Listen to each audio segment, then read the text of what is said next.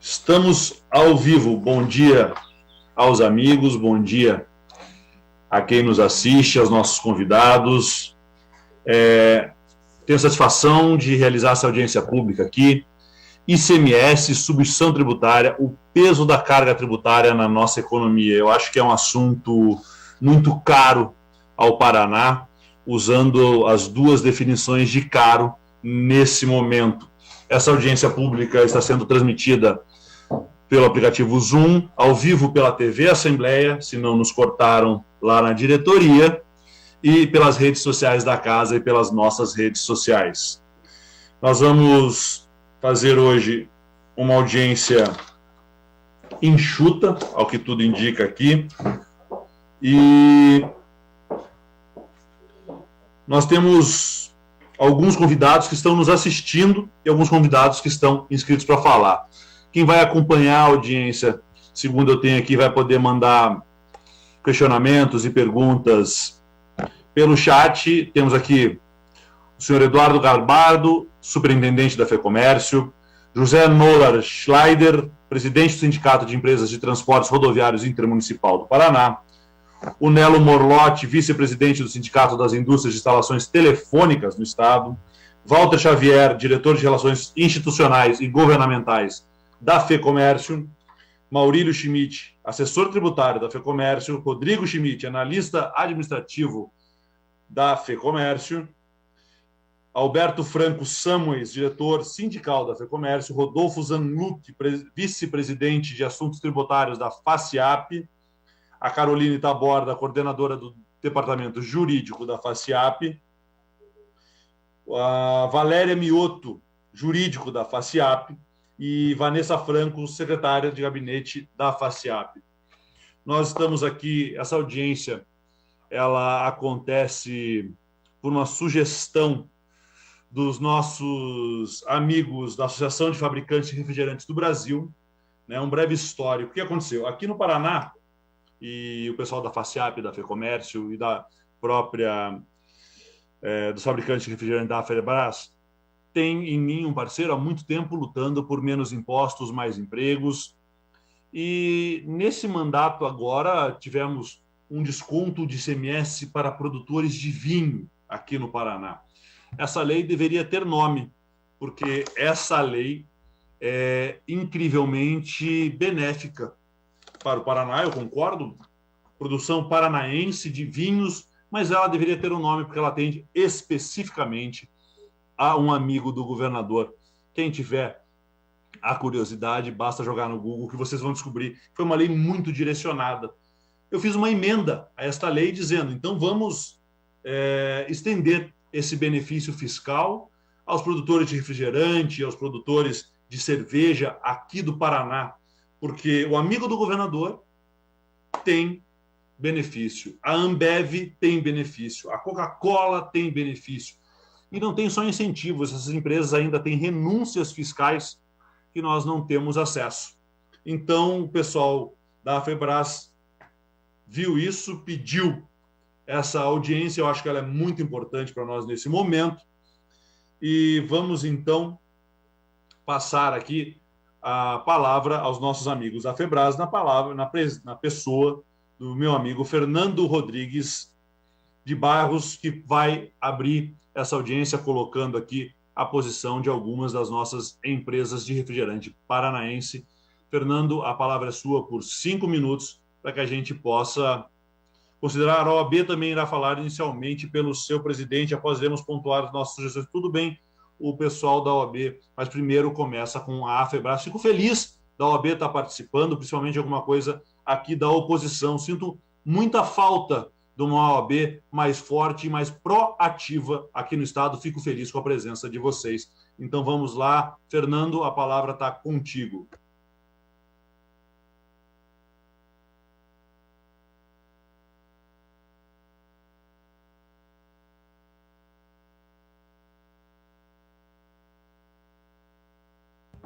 Temos que abrir o microfone do Fernando. está aberto agora. Fechou. Bom dia a todos. Muito obrigado ao deputado, aos demais colegas que estão aqui das federações, associações, da OAB. Em nome do deputado Requião, quero mandar um abraço a todo mundo e que nossa audiência pública hoje seja repleta de sucesso e abra uma discussão profunda dentro do Estado, porque entendemos que há uma necessidade, em regime de urgência, fazer as alterações tributárias, né? Muita gente se fala em legislação tributária, mas você fala e ninguém tem coragem de mexer. Então, às vezes, chega uma hora que nós, empresários, pequenos empresários do Paraná, a gente acaba ficando injuriado e com algumas situações a gente fica deveras preocupado com a sobrevivência das nossas empresas. E se nós não tiver coragem de meter a mão nesse setor, nunca nós vamos corrigir nada, seja em função de ter coragem pessoal, de ter os seus ideais em busca de uma solução mais efetiva para o setor, também seja uma situação que enfrenta o poder econômico e acha as soluções necessárias, né? Eu vou mostrar aqui na minha apresentação, né, todas as divergências do setor de bebidas. E aí vocês vão, ao longo do tempo, também podem me questionando, aí vocês vão ficar vendo a tramóia que é o setor de bebidas pelo ponto de vista do nosso setor, né? Vamos lá, deixa eu fazer a apresentação aqui, colocar a apresentação no ar. Vocês estão vendo a apresentação? Não? Para lá.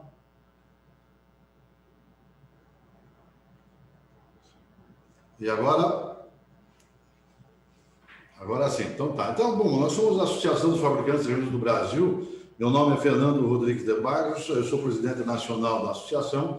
Temos praticamente associados no Brasil inteiro, e o Paraná também é um estado muito forte a nível de associados. A nossa associação ela fica com sede em Brasília e percorremos praticamente o Brasil inteiro em relação em defesa dos pequenos fabricantes de refrigerantes. Não temos nenhuma empresa grande junto com a gente. O que a gente pede, na verdade? O fim da substituição tributária. A substituição tributária em si, na verdade, ela é uma concentradora de renda. Ela concentra a renda no poder econômico e prejudica as pequenas empresas. Então, quando você fala em substituição tributária, o Estado, e aí, desculpa a expressão da palavra, o Estado hoje, o fisco estadual é um preguiçoso. Por que é um preguiçoso? Porque, na verdade, ele tem uma tecnologia também no dia inteiro à sua disposição, tem pessoas extremamente qualificadas para fazer as suas verificações e ainda fica em regime de substituição tributária.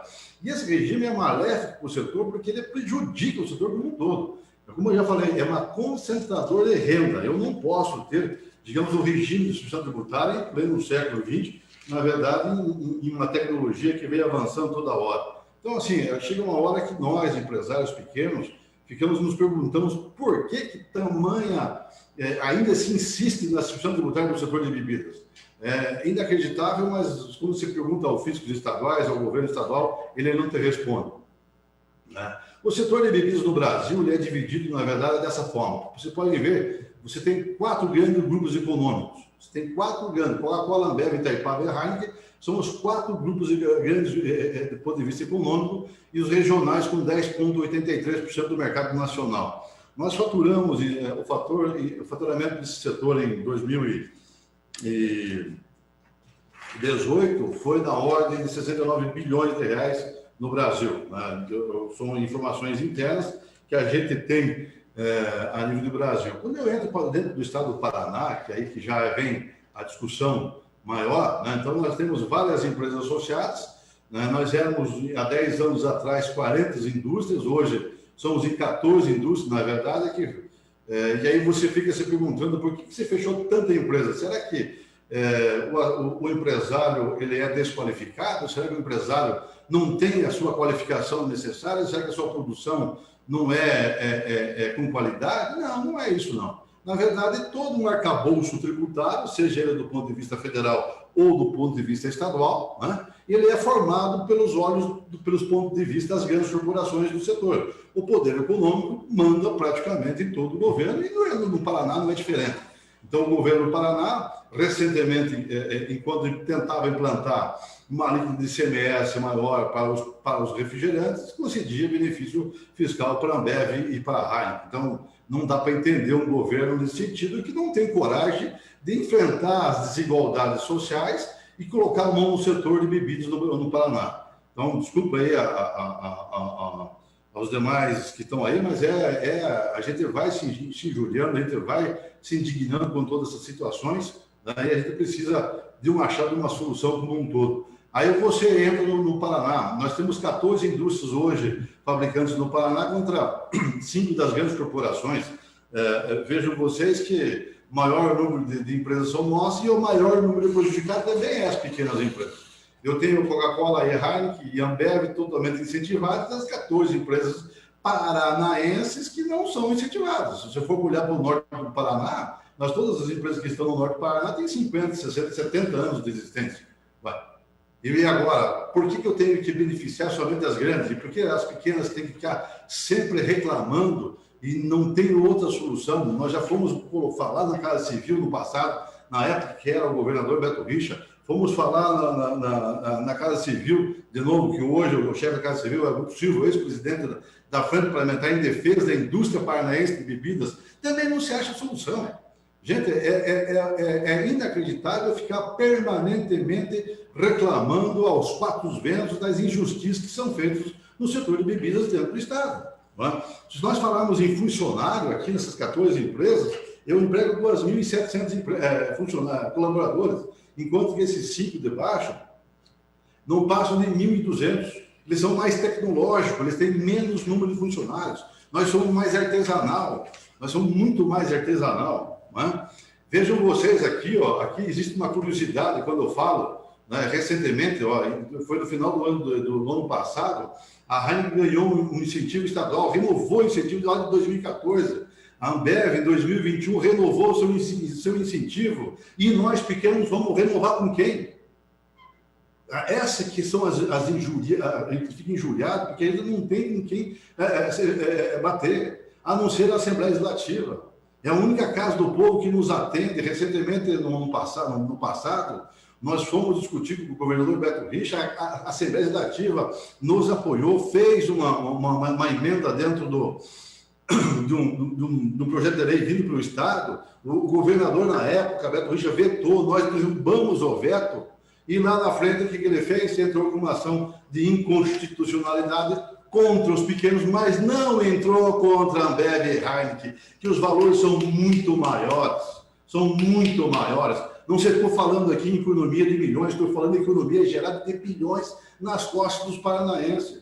Na hora de dividir a conta, o governador vem e fala comigo: Fernando, os teus associados têm que dividir essa conta, que é dada benefício para a Coca, para a Ambev e para a Heineken. Está aqui, O mais absurdo disso tudo está ali, 10,34, desconto da base de cálculo do semestre do Instituto. São 10,34% que o governo do Estado dá de desconto na substituição tributária. Gente, isso é errado, isso aí é crime, não pode ser feito dessa maneira. Eu não tenho um desconto na minha base de cálculo, os associados do Estado do Paraná não têm um desconto. E a Ambev tem 10,34%, o resto é 10,34%. Quando eu vou lá para Londrina, eu pego outras cervejarias pequenas, elas não têm esse desconto de 10,34% de CMS, de desconto de semestre da base de cálculo do semestre do Instituto. Nem refrigerante é a mesma coisa. Aí vocês me desculpem um pouquinho o tom da minha palavra, senhores, mas é que a gente está cansado de falar sobre isso aí e chega uma hora que não vai. A gente fica até um pouco chateado, né? Agora, como é que eu vou comparar, por exemplo, nós temos uma fábrica de 70 anos, que é a casa da Rio Branco de Astorga, aí no norte do Paraná. Como que eu vou comparar com as demais? É impossível comparar. Eu não tenho comparação. Gente, é impossível comparar Rio Branco com o Heineken, com o Grupo Pretópolis, com a Ambev, com Coca-Cola. Esses caras faturam mais de 20 bilhões por ano, cada um deles. E quanto fatura uma Rio Branco? Uma Rio Branco fatura o quê? 5, 10 milhões no ano, no máximo, e que o governo do Estado quer que eu trate todo mundo de forma igual. Está errado, eu tenho que tratar de forma desigual os iguais. Gente, está errado, essa situação tem que ser mudada. Não é?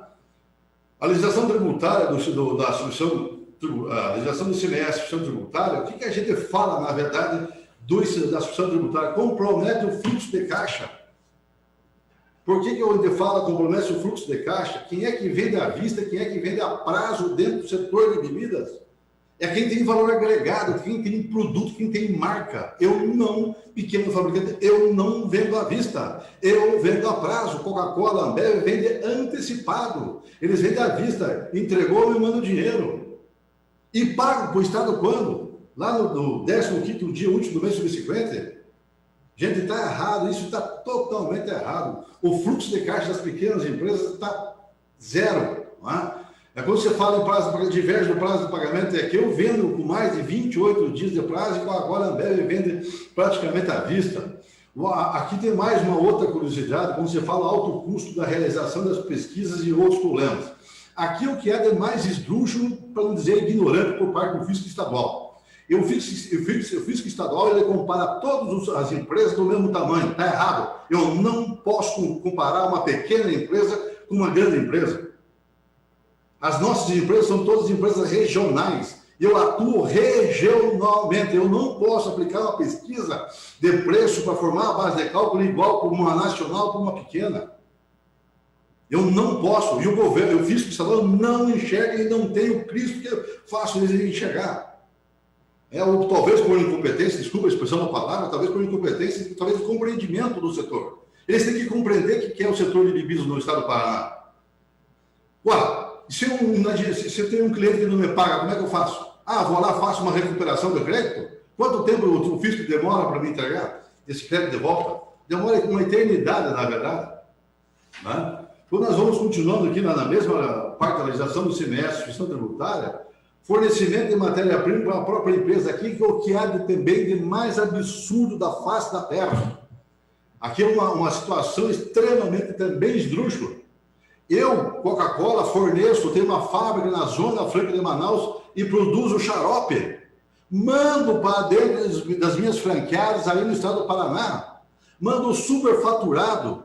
O ICMS é suspenso lá na Zona Franca de Manaus em 90,25. Eu me acredito no valor total, mas pago uma mixaria lá na Zona Franca de Manaus. Isso aqui interfere na concorrência. Nunca vi o fisco estadual correr atrás desse dinheiro. O fisco estadual do Paraná não vai atrás da Zona Franca de Manaus, que é uma verdadeira aberração. Uma verdadeira aberração. Eu Coca-Cola, Recofarma, faturo 7 bilhões e emprego 154 funcionários. Eu quero perguntar do pessoal da federação, das associações aqui, qual é a empresa que tem 150 funcionários e fatura 7 bilhões de reais? E o que isso interfere no setor? Eu transfiro o crédito do ICMS para dentro das franqueadas do estado do Paraná e não pago. Quando eu faço isso, eu consigo, equilibrar a minha saída dos produtos, né? Eu vou somar essa Zona Franca de Manaus com os incentivos estaduais concedidos. Vamos falar de incentivos estaduais concedidos para uma Ambev. Ela veio para o estado de Santa Catarina com 75% da redução do ICMS próprio. Gente, isso também chega lá no estado de Santa Catarina muito mais barato que os próprios fabricantes do estado de Santa Catarina. Quando eu vendo para o estado de São Paulo é a mesma coisa. Eu consigo vender refrigerante e cerveja para o estado de São Paulo muito mais barato. Muito mais barato. Eu sou uma Zona Franca de Manaus com incentivo estadual, eu faço um planejamento tributário excepcional. Hoje eu tenho plena certeza que nós, pequenos fabricantes, do ponto de vista efetivo, nós recolhemos muito mais ICMS do que as próprias grandes corporações. Ora, quando você tem um planejamento tributário, na verdade, quando você tem um planejamento tributário muito bem feito, muito bem organizado, seja com a Zona Franca de Manaus, com os incentivos estaduais concedidos às grandes corporações, o que acontece? Agrava a concorrência. Eu, um pequeno, não consigo concorrer com as grandes corporações. Desculpe, mas eu não consigo. Daí é o motivo de ter fechado mais de 30 empresas no passado. Porque o Estado enxerga o setor, enxerga as grandes corporações como seus amigos e enxerga o setor através dos olhos das grandes corporações. Do poder econômico, está errado esse tipo de situação. Nós não podemos nos calar e nos furtar e falar essas verdades. Não interessa se é o governador Beto Bicho, se é o governador Ratinho Júnior. Está errado. Ele tem que ter a coragem de meter a mão no setor. É impossível, gente. É impossível conviver. Talvez a grande maioria não conheçam o setor de bebidas, mas isso aí.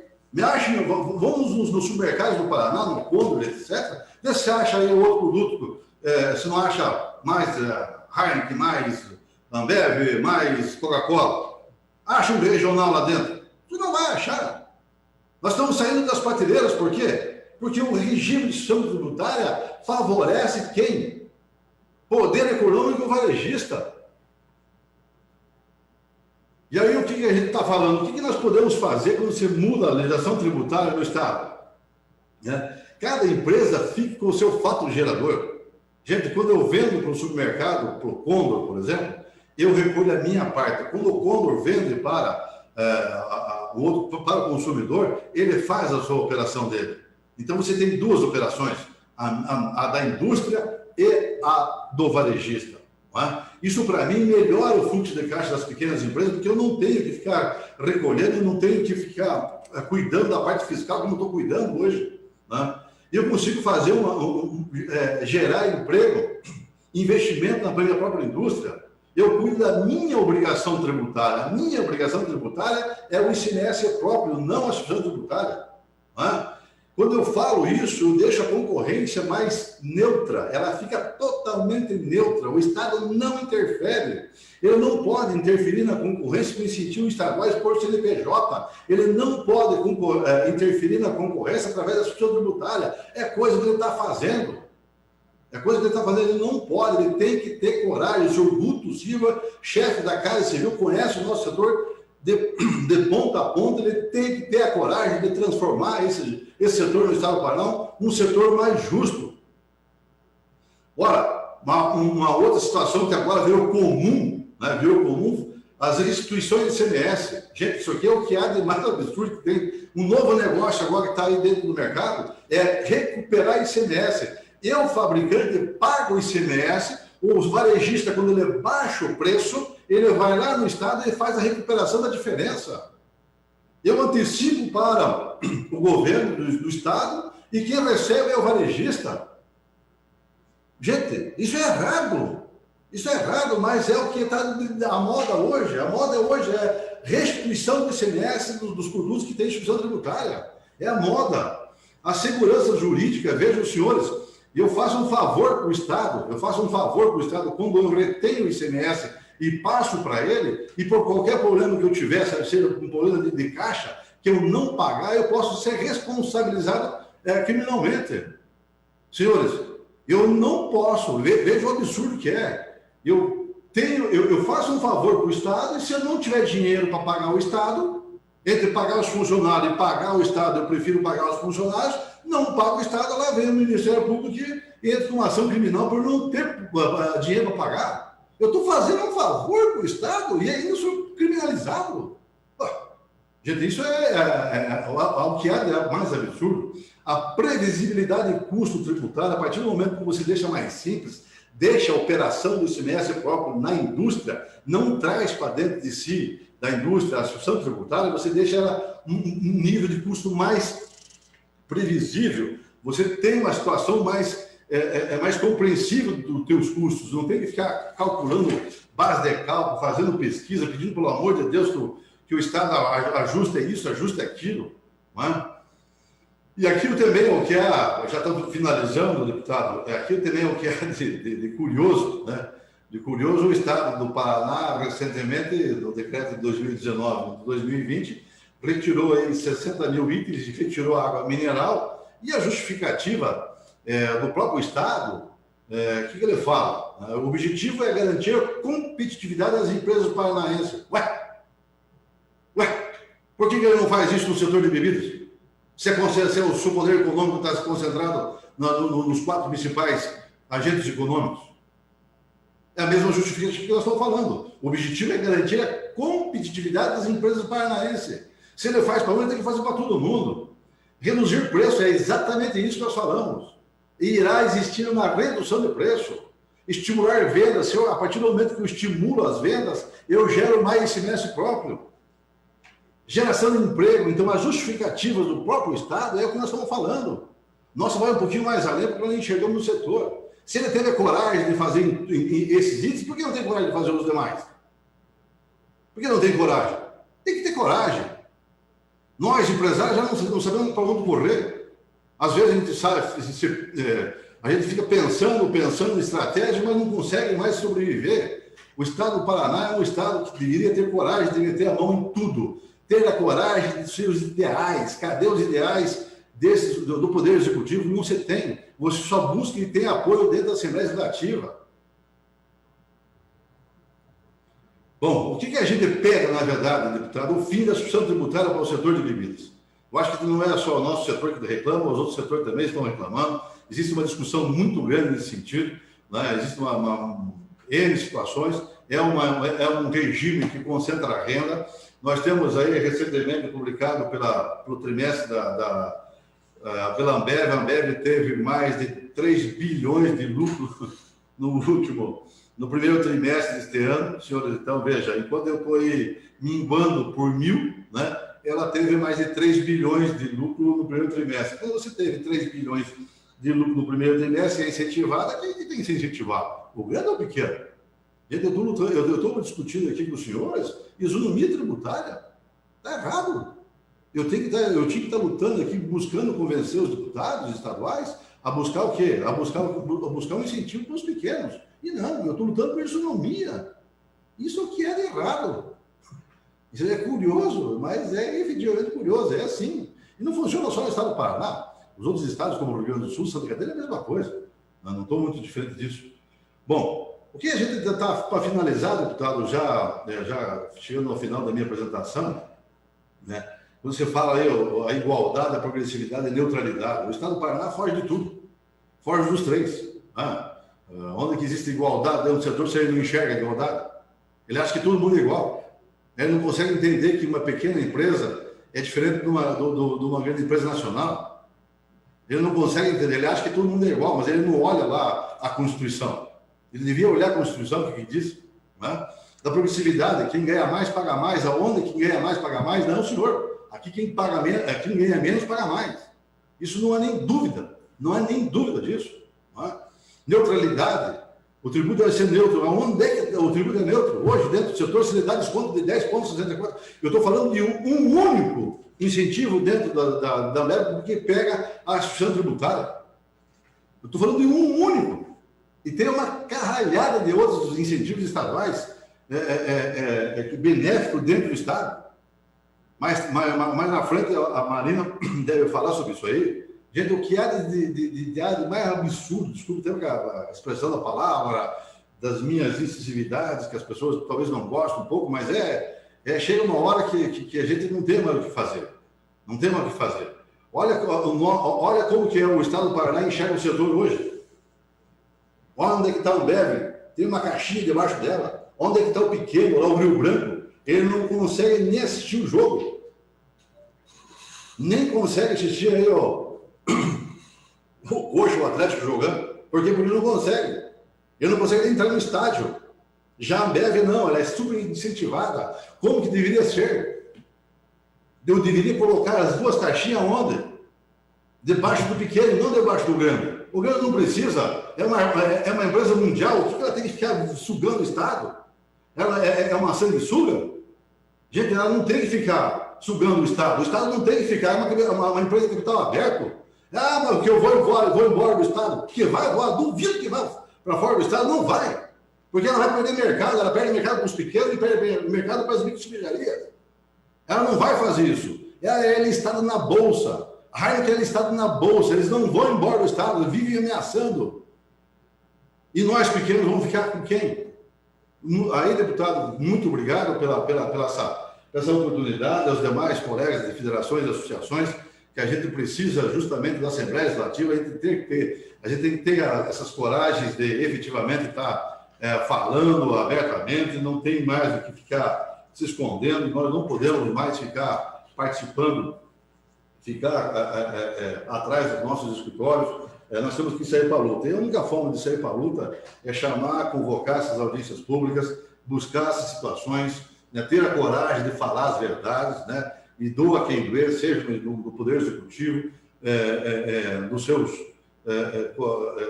no fisco estadual, na Secretaria da Fazenda, porque não dá. Você vai falar com esse pessoal, gente, é impossível, impossível. Quero agradecer mais uma vez, deputado, muito obrigado pela participação e peço mais uma vez desculpa aí pela minha incisividade, que é natural já de tanta luta que a gente vem enfrentando no setor de bebidas. Muito obrigado.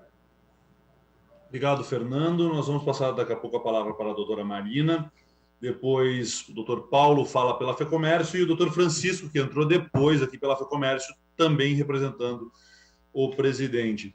Só uma vírgula aqui. Substituição tributária, ICMS, água mineral. Quem é o maior vendedor de água mineral no Paraná, os senhores sabem? É a Coca-Cola. Então, isso era algo que vinha sendo procurado pela Coca-Cola há muito tempo. E nós não concedemos o nosso governo porque beneficiaria a Coca-Cola, não os pequenos. E a Coca-Cola, com o tamanho da sua máquina, com o poder que ela tem de baixo custo de distribuição, porque ela distribui água mineral junto com os refrigerantes, passa a ter uma superioridade de mercado que vai acabar fechando ou ela vai acabar comprando todos os produtores paranaenses. Então, doutora Marina, a palavra está com a senhora agora, com a doutora, para colocar a parte técnica. Depois eu lembro doutor Paulo, depois o doutor Francisco Inocêncio, e na sequência vamos dando a palavra aos nossos outros convidados. E o deputado Arilson entrou aqui. Arilson, peço só um pouquinho da sua paciência, que o Arilson vai falar para a gente sobre renúncia fiscal e quantos bilhões o Paraná vem abrindo mão de arrecadação para empresas que não sabemos quais são, não sabemos qual é a contrapartida e não sabemos como isso aconteceu, porque acontece sob sigilo. Doutora Marina, a palavra é sua. Olá, bom dia a todos. Primeiro, gostaria de agradecer ao convite, parabenizar o Fernando pela apresentação direta, específica, clara a respeito dos prejuízos, né, como são tratadas as pequenas empresas, ao deputado Riquelme Filho pela oportunidade. Aos demais presentes, eu gostaria de agradecer agora a atenção pelos próximos minutos.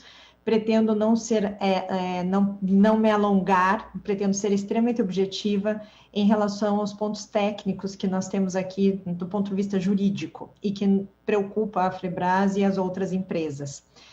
Do ponto de vista do direito econômico, e uma das principais queixas aqui da associação diz respeito ao princípio da concorrência, à proteção ao princípio da concorrência e à livre iniciativa. A questão da renúncia fiscal não diz respeito só ao Estado do Paraná e o que acontece aqui no Estado do Paraná e ao ICMS do Estado do Paraná. Além da redução de custos que as empresas que possuem o benefício fiscal possuem, o que altera o preço do produto, há ainda consequências em relação aos impostos federais, certo? Então, aquela empresa que possui a renúncia fiscal, o benefício fiscal aqui no Estado do Paraná em relação ao ICMS, possui benefícios também quando adoção do lucro real no âmbito dos tributos federais, ou seja, recolhe menos imposto de renda, recolhe menos contribuição social sobre o lucro líquido, PIS e as demais outras contribuições. Então, quer dizer que uma política no Paraná, adotada aqui no Estado do Paraná, beneficia em muito uma empresa no âmbito também federal e prejudicando cada vez mais as pequenas empresas que não possuem esses benefícios, que não possuem essa redução em seu custo. Então, o CAD já se pronunciou de forma abstrata, certo? De forma ampla, não analisando um caso concreto, de forma muito clara, uma política fiscal, né, de CNPJ, ou seja, um benefício fiscal de CNPJ, prejudica, sim, o desenvolvimento da livre iniciativa, o desenvolvimento da livre concorrência. Por quê? Porque há uma redução do preço, do custo das empresas. Existindo essa redução do custo, né, dos impostos cobrados, aquele que detém essa redução pode utilizar esse capital de giro ou para ampliar a rede de distribuição, marketing ou para aumentar o seu lucro, certo? E jogar isso na sua contabilidade. Então, aqui, há um grave problema. E nós não encontramos absolutamente nenhum estudo do Estado do Paraná a respeito do impacto concorrencial das suas medidas. Hoje, a lei da livre iniciativa, ela traz que todas as tomadas de decisões no âmbito estatal devem possuir análises de impactos não só orçamentários, mas também de impactos econômicos e regulatórios. O Estado do Paraná não apresenta nenhum estudo no que diz respeito à indústria de refrigerantes, à indústria de cerveja e às consequências em relação a isso. Em relação ao impacto orçamentário no âmbito do direito financeiro mesmo, o que nos chama a atenção é a forma com que se dá essas renúncias fiscais. Se, por um lado, há uma renúncia fiscal, primeiro, não há só uma redução de alíquota, isso que devemos deixar claro. Nós tivemos acesso aos protocolos de intenções da Ambev e nós verificamos que há 4 grupos de benefícios fiscais no que diz respeito ao ICMS. Há o benefício fiscal em relação à comercialização do seu produto, então, ou seja, uma redução da base de cálculo do ICMS. Há também a concessão do crédito presumido em 75% e a apropriação de demais créditos da cadeia produtiva. Isso em relação ao produto. Mas também em relação à construção do empreendimento, a suspensão do ICMS de todo produto, maquinário e equipamento. Aí a gente questiona, veja, além do benefício em relação à cadeia produtiva, nós temos o benefício para a construção da fábrica. E muitas vezes os pequenos empresários são criticados porque não houve, vamos dizer assim, uma ampliação da fábrica, não houve uma melhoria na tecnologia aplicada nessa fábrica. Sim, eles sequer têm descontos para comprar os equipamentos, para ampliar, e isso a Ambev já tem desde o início, ou seja, não recolhe ICMS em relação a absolutamente nada no que diz respeito à ampliação e modernização de suas fábricas. Além disso, há também a suspensão dos ICMS em relação à sua cadeia produtiva. Então, toda matéria-prima necessária também é isenta de ICMS. E, por fim, a Ambev foi concedido todos os benefícios fora esses que existem e que dizem respeito a qualquer outra empresa de bebida, de cerveja, de refrigerante. Então, é praticamente impossível. Só que daí, do ponto de vista orçamentário, e que daí eu passo a importância da Assembleia Legislativa do Estado do Paraná aqui, como é feito o controle disso? Então, essa renúncia fiscal, quanto que é o impacto orçamentário desta renúncia para o Estado do Paraná? Certo? E quanto seria o impacto orçamentário das pequenas empresas? Essa comparação, esse estudo não existe. Há aqui na LDO deste ano uma previsão de quanto será a renúncia fiscal, mas é bebidas, não diz respeito a se é refrigerante, se é vinho, se é água. E outra, quais são as medidas compensatórias? Então, aqui nesse exato momento, no que diz respeito à Lei de Responsabilidade Fiscal e seu artigo 14, bem como o próprio artigo 39 da própria Lei de Diretrizes Orçamentárias, não há, pelo Estado do Paraná, uma prestação de contas à sociedade e à própria Assembleia Legislativa de quanto de fato representa essa renúncia fiscal e qual foi a produção, o ponto positivo para a sociedade paranaense. A questão é, quando foi firmado o protocolo de intenções com a Ambev, que foi concedido todo esse benefício fiscal à Ambev, o que a Ambev prometeu em contrapartida? O que foi prometido? O que o Estado do Paraná está ganhando? Certo? Isso não está claro, isso não está em lugar nenhum. Essa medida compensatória para verificar se vale a pena a manutenção ou não dessa renúncia fiscal, certo? Então, isso aqui cabe à Assembleia, daí nosso pedido à Assembleia é questionar como está sendo feito esse controle. No Tribunal de Contas, há nos pareceres, pelo menos nos últimos pareceres a respeito das contas dos governadores, sempre a orientação, a aprovação com ressalvas, para salientar que a renúncia fiscal não está clara no Estado do Paraná. E aqui, nós trouxemos dados objetivos que essa renúncia fiscal, além de problemas em relação ao próprio orçamento, está causando um mal muito grave à sociedade que é o prejuízo concorrencial, que é a destruição das pequenas empresas, que é vamos dizer assim, ela não está trazendo um benefício. Gerou empregos? Gerou quantos empregos? E pior, mas esse benefício está destruindo quantos empregos em outras regiões? Esta análise nós não encontramos.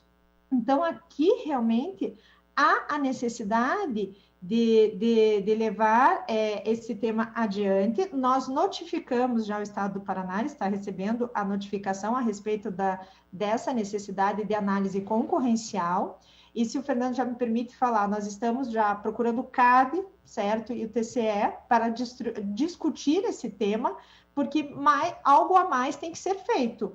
A simples renúncia fiscal e aceitar isso para determinadas empresas, né? Sem uma ausência de política pública, a grande questão é essa. Nós não temos uma política pública de incentivo à pequena empresa no que diz respeito à indústria de bebidas. Não há uma política pública. O que existe são benefícios às CNPJs. E isso não pode acontecer porque quebra o princípio da isonomia tributária, o princípio da neutralidade e a base, com devido respeito, do próprio estado de bem-estar social, que é a ideia da capacidade contributiva, ou seja, quem tem mais, paga mais, quem tem menos, recebe menos. E aquele que recebe menos, ele continua sobrevivendo por uma política de intervenção do Estado, né? Ou seja, uma política de fomento, uma política que vai ajudar esse particular a se manter, ainda mais em uma economia global como a nossa, né? Uma economia global como nós vivemos hoje em dia. Então, essas são as minhas considerações. Eu fico aberta para tirar dúvidas e passo a palavra agradecendo a atenção de todos. Essa briga por menos impostos, mais empregos, o incentivo das indústrias locais, das pequenas, médias e microempresas do Paraná, eu acho que é uma briga necessária, é um assunto que o setor de refrigerantes expõe de uma forma muito simbólica, porque o número que nós tínhamos de empresas que foram fechadas, o número de grandes empresas que recebem os benefícios, fica muito claro. É uma ótima ilustração de todo o Paraná, porque isso tem se repetido em todos os demais setores.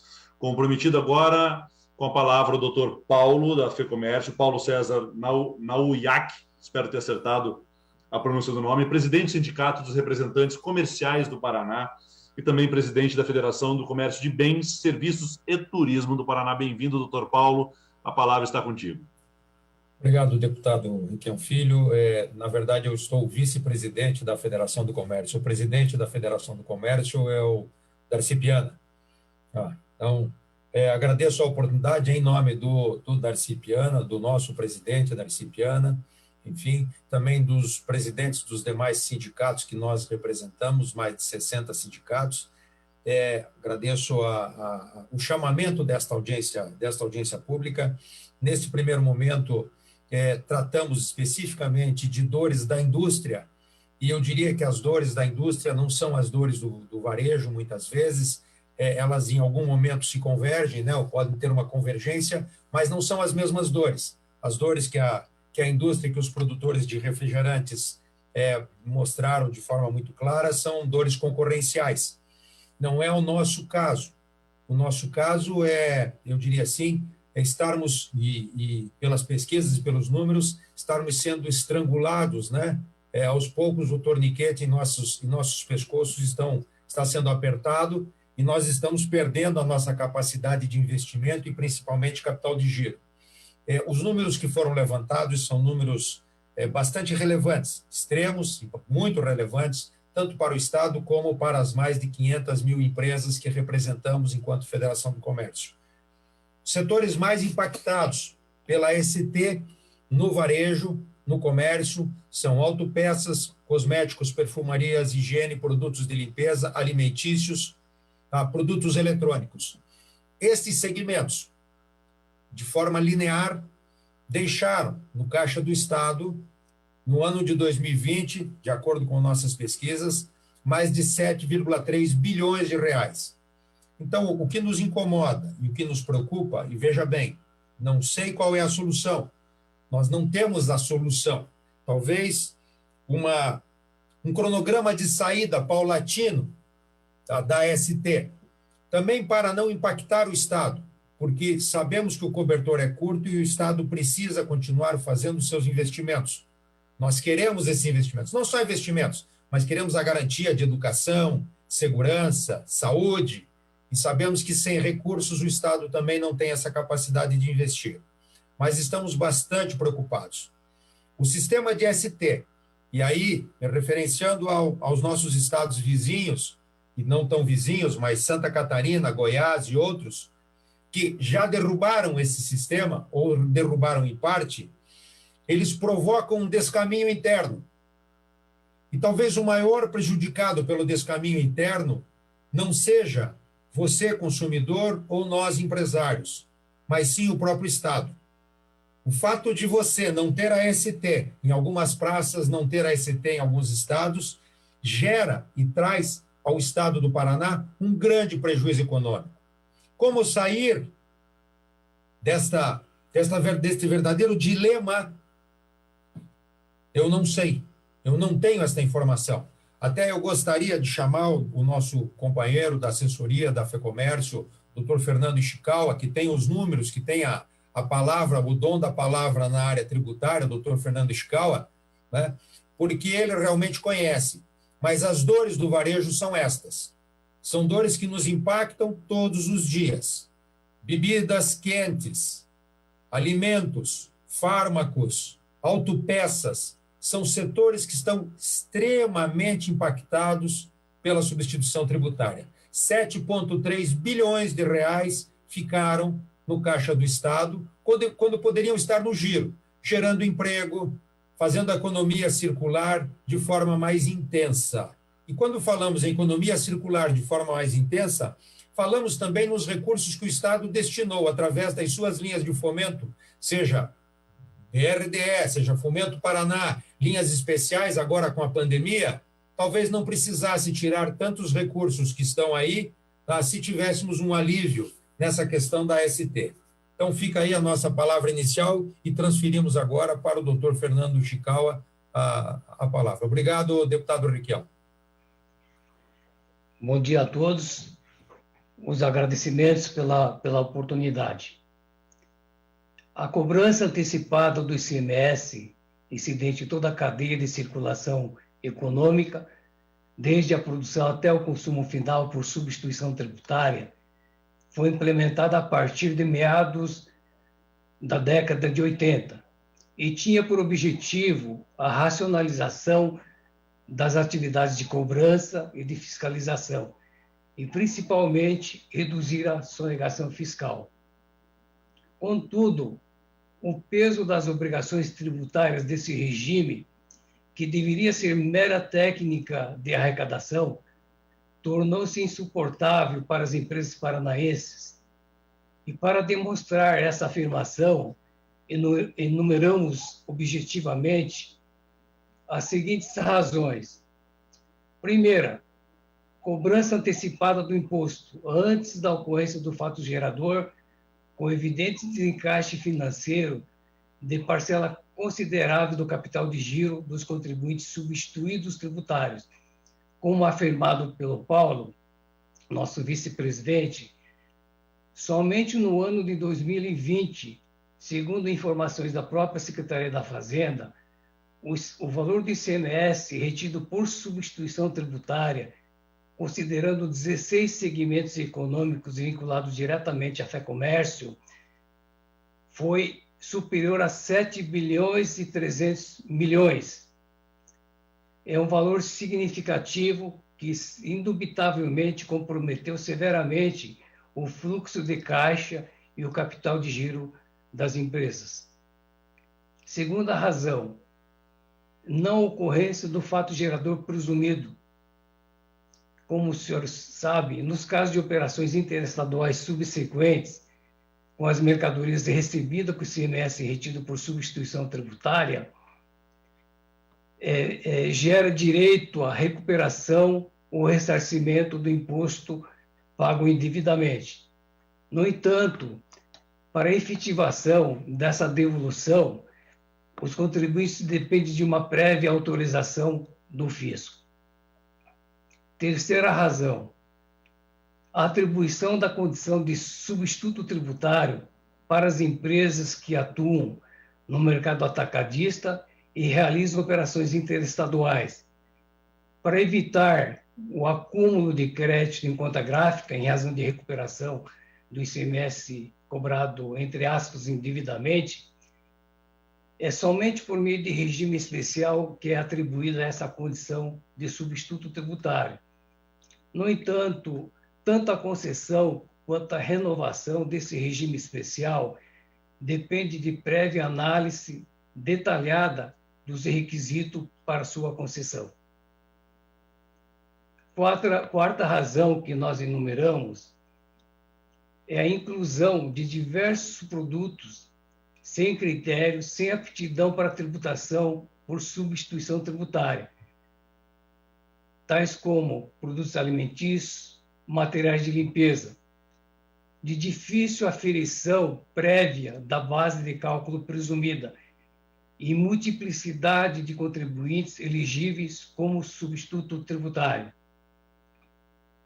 Quinta, não definitividade da substituição tributária após a decisão do Supremo Tribunal Federal nos autos de recurso extraordinário 593-849, em outubro de 2016, que resultou na necessidade dos contribuintes realizarem nova apuração do ICMS, em face do preço efetivamente praticado no varejo em comparação à base de cálculo presumido, mediante geração e apresentação do complexo e oneroso arquivo digital para tal fim, podendo resultar em restituição do valor retido a maior ou no pagamento complementar do ICMS.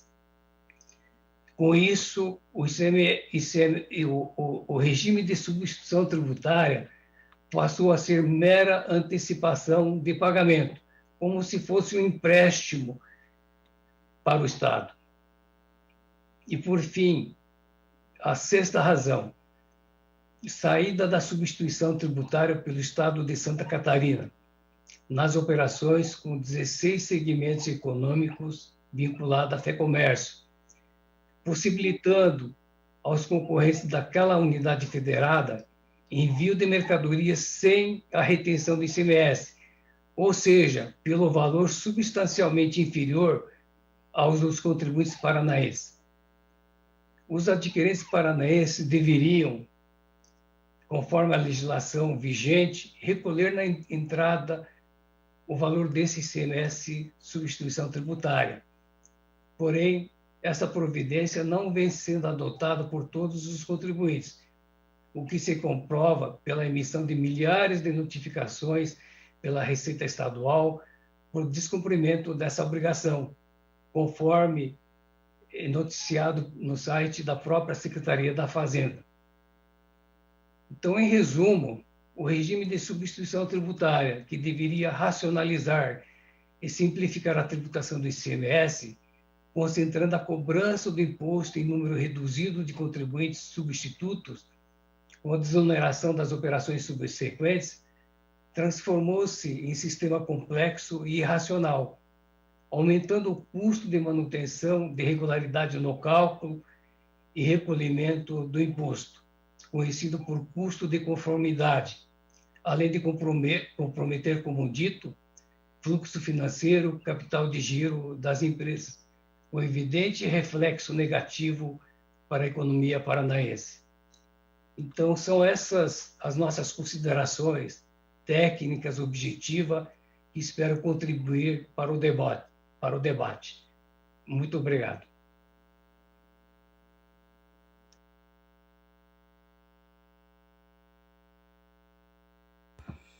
Até eu me perco com esse Zoom aqui de vez em quando. Obrigado aos nossos amigos da FEComércio. Nós iríamos passar a palavra para o doutor Francisco Inocêncio aqui, mas nós pedimos desculpas. O doutor Fernando Moraes pediu uma antecipação aqui pela FACIAP e agradeço demais a compreensão. Então, doutor Fernando Moraes, presidente da FACIAP aqui, o que tem na substituição tributária uma corda no seu pescoço, que é quase todos os seus associados. Doutor Fernando, com a palavra, por favor.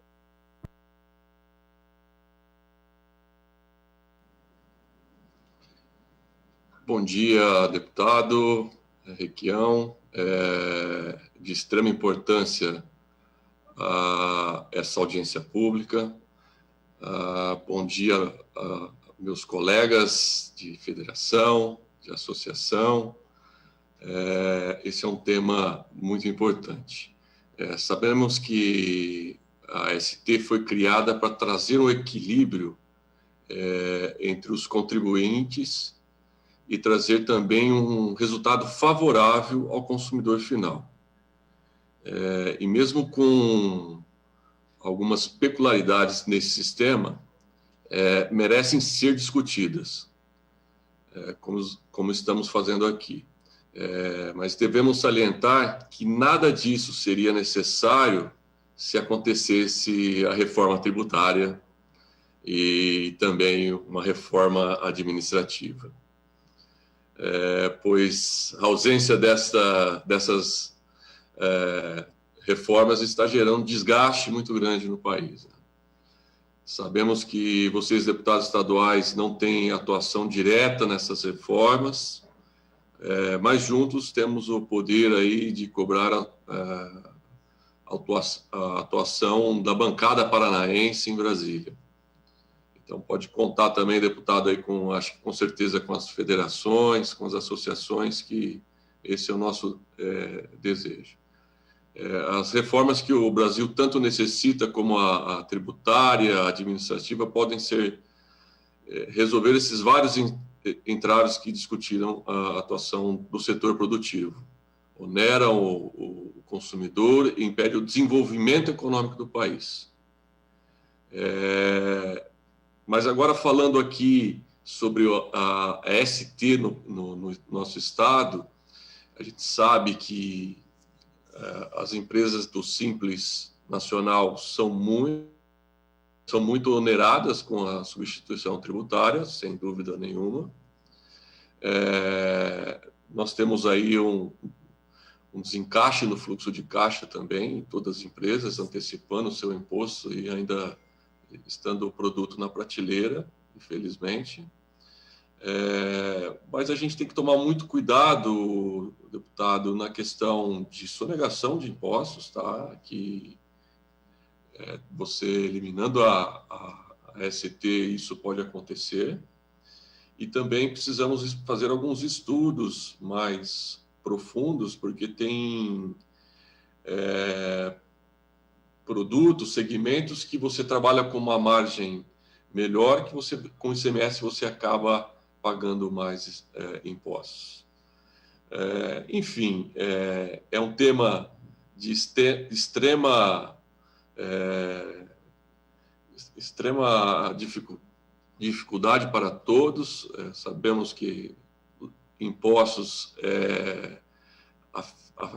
afeta muito o empresário paranaense e brasileiro, mas é de extrema importância essa discussão toda aqui e precisamos aprofundar cada vez mais para que a gente possa ter o caminho melhor para todos. Muito obrigado, excelente audiência. Obrigado, doutor Fernando. Aqui no Paraná, em média, pequenas e microempresas geram 7 em cada 10. Pequenas, micro, médias e as indústrias locais geram 7 em cada 10 empregos. Pequenas e microempresas são responsáveis apenas por 2% do ICMS. Se nós aqui isentássemos vocês de imposto, estava dentro da margem de erro, garantindo emprego e garantindo aquecimento da economia no Paraná. É uma visão de como arrecadar, como melhor girar a economia e como manter empregos. Então, renúncia fiscal para grandes empresas que geram 300 empregos poderiam se tornar um diferimento ou uma renúncia fiscal para empresas paranaenses que geram milhares de empregos. E o pequeno e médio comércio, o microempresário, então, que tem apenas o simples de 360 mil, né, subindo, num cálculo rápido nosso, Já há quase 2 anos, esse valor tinha que estar perto de R$1 milhão para isenção. Então, nós estamos defasados, cobrando imposto de quem gera emprego e reclamamos que a economia não vem aquecendo aqui no Estado, comemorando como se fossem empregos MEIs, né, autônomos, temporários e estagiários. Então, eu acho que a gente precisa rever esse conceito de tributação, sim, no Brasil e aqui no Paraná. E passo a palavra, então, e agradeço a paciência do Dr. Francisco Assis Inocêncio. Muito obrigado, representando os nossos amigos da ACP, que também sofrem com a carga tributária aqui no Paraná e com a carga tributária na...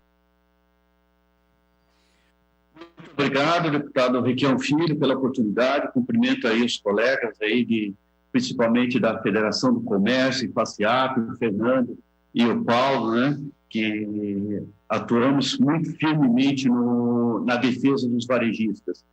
Prezado deputado, eu não vou ser repetitivo, né? Não é o meu objetivo aqui, até pelo fato que o Paulo e o Fernando fizeram uma abordagem excelente sobre o problema do varejo, mas só gostaria de destacar por pequenas palavras que o ICMS hoje, uma análise da própria Confederação Nacional da Indústria, representa 46% dos problemas dos empresários. Este é o foco. Então, quando o Fernando e o Paulo colocam a importância da reforma tributária, eu vejo que a ST ela tem que ser pauta fundamental da própria reforma tributária. E por que eu falo isso? Porque nós do comércio, somos uma parte mais sensível dessa cadeia. Ou seja, quando o senhor mesmo acabou de abordar, Vossa Excelência acabou de abordar o impacto para os pequenos, e é realmente aí, deputado, que nós temos o grande impacto financeiro do fluxo de caixa das empresas. A ST, conforme o próprio doutor Fernando Chical abordou, ela foi criada lá atrás como uma forma de racionalização da administração tributária, mas também com um aspecto muito interessante de financiamento de capital de giro, seja para as grandes empresas que fazem a retenção do ISS, seja pelo impacto negativo no fluxo de caixa das pequenas empresas do varejo. Ou seja, eu faço um desconto disfarçado de forma de antecipar o recurso, cujo fluxo de caixa mesmo pode ter um impacto até de 6 meses nesse recebimento. Então, vejo quão regressivo é a ST. Esse tema foi extremamente debatido já em todas as esferas e é consenso sobre a regressividade que a ST impacta em relação ao comércio e à indústria, né? Principalmente o pequeno varejista. Então, é algo a ser corrigido, né? É inconcebível você pagar uma ST antecipadamente e depois você ter um recebível daí até 6 meses. Isso se chama uma antecipação de recebíveis, seja para financiar o fluxo de caixa da grande empresa, ou seja, para financiar o caixa do próprio governo, né? Seja, o governo tem um recebível. E aí uma abordagem interessante que o Paulo colocou é o próprio governo coloca recursos à disposição do pequeno empresário pelas linhas de crédito, no entanto, implicitamente nós temos esse impacto gerado pelo pagamento antecipado do dinheiro. Então, essa abordagem que eu queria colocar com os senhores. Eu acho que esse assunto é muito sensível, é um assunto que eu já discuti há mais de 20 anos, eu venho discutindo essa pauta. Eu, inclusive, em um debate no seminário internacional, tentei explicar esse tema para os canadenses, eles não aceitaram, eles não conseguiram entender o porquê que nós praticávamos o ST no Brasil, mas nós temos que, com a OAB e outros agentes, nós temos que trazer essa pauta para dentro da reforma tributária. A Associação Comercial do Paraná quer participar ativamente dessa discussão. Nós precisamos discutir, porque nesse momento de crise, onde nós estamos com uma dificuldade enorme de fluxo de caixa, de capital de giro, nós estamos, pegando a palavra, sendo sangrados pela ST, né? Porque nós temos que antecipar, temos que pegar dinheiro no banco para antecipar o pagamento da ST. É algo totalmente incongruente o que nós assistimos. Então, de repente, até uma ação, viu, Paulo? De repente, de forma temporária, analisar a ST dentro da crise do Covid. Realmente precisamos ter a ST dentro do período da Covid e estudar culturalmente uma saída com um fluxo mais longo da ST, porque nós também não queremos criar um gap no caixa do Estado. Nós sabemos que, se retirar a ST de imediato, você tem um gap no caixa do Estado. Então, vamos estudar um fluxo mais lento para a saída, mas, de repente, uma forma do governo atuar de potencializar o capital de giro, principalmente das pequenas empresas, é ter uma folga na ST exatamente nesse período tão difícil da pandemia da Covid-19. Ademais, nobre deputado, apenas reforço a palavra tanto do Paulo como do Fernando, que me antecederam, e transmito ao senhor um abraço aí do presidente Camilo Toninho. Muito obrigado. Obrigado, doutor Francisco. Nos longos idos lá atrás, quando eu fiz uma pós-graduação em Direito Tributário, ST, me diziam era para produtos como cigarro, que eram vendidos picados, que desapareciam, criada lá na escola de São Paulo, uma escola econômica que não gosta de micro e pequenas empresas, né? E passamos a adotar esse remédio amargo para quase tudo no Brasil, de uma maneira equivocada. Vamos passar para o Arilson, antes que ele perca o sinal de novo. Na sequência, para o doutor Fábio Grilo. Obrigado pela paciência, doutor Grilo, né? Aí o Carlos Lima, ligado ao setor da cachaça, quer falar, e fechamos com o doutor José Gilberto, né? De uma maneira até irônica, porque foi um dos primeiros a chegar na sala e vai ser o último a falar. Mil desculpas, doutor José, mas vamos tentando acomodar todo mundo aqui. Então, com a palavra, Arilson, na sequência, o doutor Grilo, depois o Carlos Lima e encerramos com o doutor José.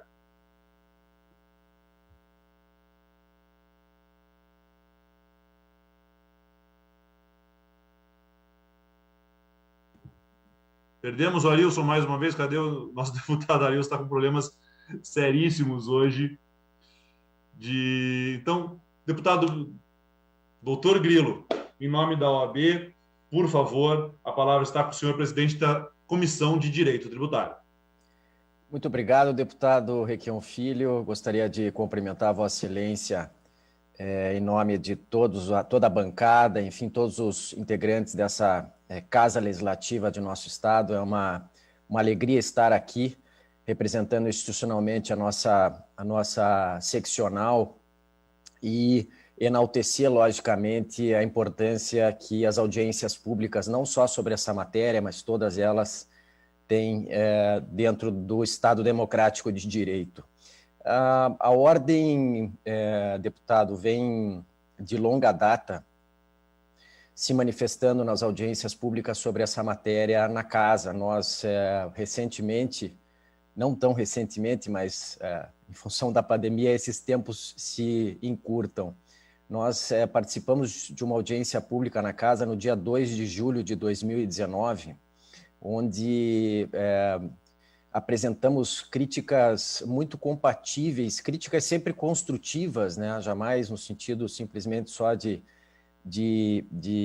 criticar o sistema que está aí, mas apresentar ideias, que eu acho que é o objetivo de todos nós nessa manhã de segunda-feira. E nós vamos repisar aqueles aspectos. O Gilberto, meu colega Gilberto de comissão, está com a apresentação compilando esses temas, mas eu faço aqui rapidamente, dentro do meu tempo regulamentar, aqui de 5 minutos, respeitando isso, vou destacar alguns pontos que são relevantes dentro dessas considerações técnicas que serão trazidas a vossas senhorias nessa ocasião. Primeiro, destacar que o Estado do Paraná, especialmente a Secretaria de Fazenda, ela tem que ser mais permeável, no nosso entender, às ideias e à defesa do interesse público do Estado, né? Eu acho que aqui fiquei muito feliz em escutar os representantes das entidades, todos imbuídos de preservar o interesse do Estado e não o interesse do caixa do Estado, porque a gente tem visto que o mais importante é garantir a arrecadação, doa quem doer, e isso logicamente tem que ser objeto de seletividade. O ICMS, assim como todos os tributos que incidem sobre a cadeia de consumo, eles são impostos seletivos, pautados pelo princípio da seletividade, enfim, que estão, obviamente, relacionados com a essencialidade. Isso passa também pela questão da competitividade das empresas paranaenses, notadamente aquelas empresas de médio e pequeno porte, e principalmente as empresas inscritas no Simples Nacional. A gente vem defendendo desde sempre, deputado, que as empresas do Simples Nacional deveriam ser todas excluídas do regime de ICMS, substituição tributária. É difícil apurar, é difícil escriturar, é difícil recolher, e tudo isso vai contra os princípios do Simples Nacional, que são princípios extraídos do texto da Constituição, não da lei estadual ou qualquer outro decreto que espelhe o regulamento do ICMS. Dizer que, sim, como Vossa Excelência bem coloca, o ICMS tem essa finalidade extrafiscal. Ela deveria incidir sobre cigarro, bebida, enfim, bebidas nocivas à saúde, né? Nós estamos aqui, obviamente, privilegiando essa questão da extrafiscalidade, ou seja, desestimular setores que, obviamente, trazem, de certa forma, contrariedade ao interesse público, prejudicam outras funções públicas como a saúde pública, a saúde, enfim, prejudicando aqueles que fazem uso desses bens e produtos que não são aconselháveis em relação à saúde pública. Mas alguns problemas também que serão pontuados, deputado, que são de extrema relevância. A tal da margem de valor agregado, uma fórmula que é estabelecida no regulamento, enfim, em atos infralegais, pouco transparente. Eu acho que a Secretaria de Fazenda tinha que se sensibilizar um pouco mais e demonstrar, por exemplo, quais são os dados, quais são os elementos pelos quais eles calculam essas margens, de onde são retirados, as entidades fornecem, são catálogos, são bens buscados simplesmente na internet. Quais são os critérios para a fixação dessa margem de valor ajustada nos termos da legislação estadual de referência? Isso precisa ser muito bem elucidado do ponto de vista da transferência. Ainda já concluindo aqui a minha intervenção, deputado, problemas relacionados à prática de bonificações. Nós sabemos que as indústrias, enfim, vendem seus produtos de maneira bonificada, pague 2, leve 3, né? Isso pela Secretaria de Fazenda não existe, muito embora nós tenhamos já decisões de muitos anos dos tribunais superiores, principalmente do Superior Tribunal de Justiça. No regime de ST isso se agrava, e a gente tem visto, há uma consulta, inclusive, consulta 43/2019, onde o Estado expressamente ignora por escrito todas essas adequações que poderiam ser levadas em consideração. E um último aspecto, que realmente concluo as minhas considerações, deputado. Acho que a demonstração concreta do descaso que a Secretaria de Finanças vem dando em relação a esse assunto é, por exemplo, oferecer, como se fosse algo extraordinário, um parcelamento em 6 parcelas para as empresas que estão no ICMS, substituição tributária, e que tiveram seus parcelamentos cancelados em função da crise da Covid. Tinham que ser 60 parcelas, 120 parcelas, não 6 parcelas. 6 parcelas para quem já não tem fluxo de caixa significa o mesmo que buscar recuperação judicial. Muito obrigado, deputado Gilberto. Com certeza aqui na sequência vai detalhar esses pontos com a maestria que lhe é peculiar. Eu agradeço, doutor Grilo, e acho que é o óbvio ululante a necessidade de um refis prolongado, sem multas e sem juros para a economia do Paraná. Doutor Carlos Lima, falando pelo IBRAC, na sequência, o doutor Gilberto, e o nosso amigo deputado Arilson cometeu o mesmo erro que eu cometi esses dias. Atualizou o seu Windows e há um problema seríssimo aí com a internet e com o Zoom. Então, doutor Carlos Lima e depois doutor Gilberto, da OAB. Deputado Requião Filho, bom dia a todos os demais parlamentares. Obrigado pela oportunidade de participarmos dessa audiência pública para tratar um tema tão relevante que é o tema da substituição tributária. Diria assim, a gente tem visto e observado vários movimentos no Brasil discutindo essa problemática. O setor da cachaça tem sido um setor muito afetado pela questão da substituição tributária. Deputado, como eu coloquei ali antes no chat, né, o setor da cachaça é um setor hoje composto basicamente de empresas. São quase 99% do setor hoje é composto de micro e pequenas empresas. O estado do Paraná tem uma relevância muito grande para o setor da cachaça, não só em função de marcas consagradas que existem aí no estado, como de uma região reconhecida quase internacionalmente como sendo uma região de produção de excelência, que é a região de Morretes. Mas quando a gente compara a informalidade no estado do Paraná hoje, o estado hoje tem mais de 50% dos produtores na informalidade. E o que leva a essa informalidade é a alta carga tributária que o setor está sujeito e também a perversidade do sistema tributário que existe hoje com a AST. O que a gente tem observado é que aumento de carga tributária não tem se mostrado, internacionalmente falando, uma política eficaz de combate ao consumo em excesso de álcool, né? Pelo contrário, carga tributária, sistemas complexos de tributação e, como eu falei, sistemas perversos de tributação vem incentivando o crescimento do mercado ilegal de bebidas alcoólicas. Em 2020, o IBRAC foi porta-voz de um importante estudo que mediu o quanto o Brasil deixa de arrecadar por ano no mercado ilegal de bebidas alcoólicas. Quando a gente fala deixar de arrecadar, deputado, a gente está falando em função de ilícitos como sonegação fiscal, contrabando, descaminho e produção ilegal. O Brasil deixou de arrecadar mais de 10 bilhões de reais em função de ilícitos relacionados ao setor de bebidas alcoólicas. E são produtos que muitos deles representam um verdadeiro risco à saúde pública, né? Porque são produtos que não passam por crivo nenhum de controle de qualidade.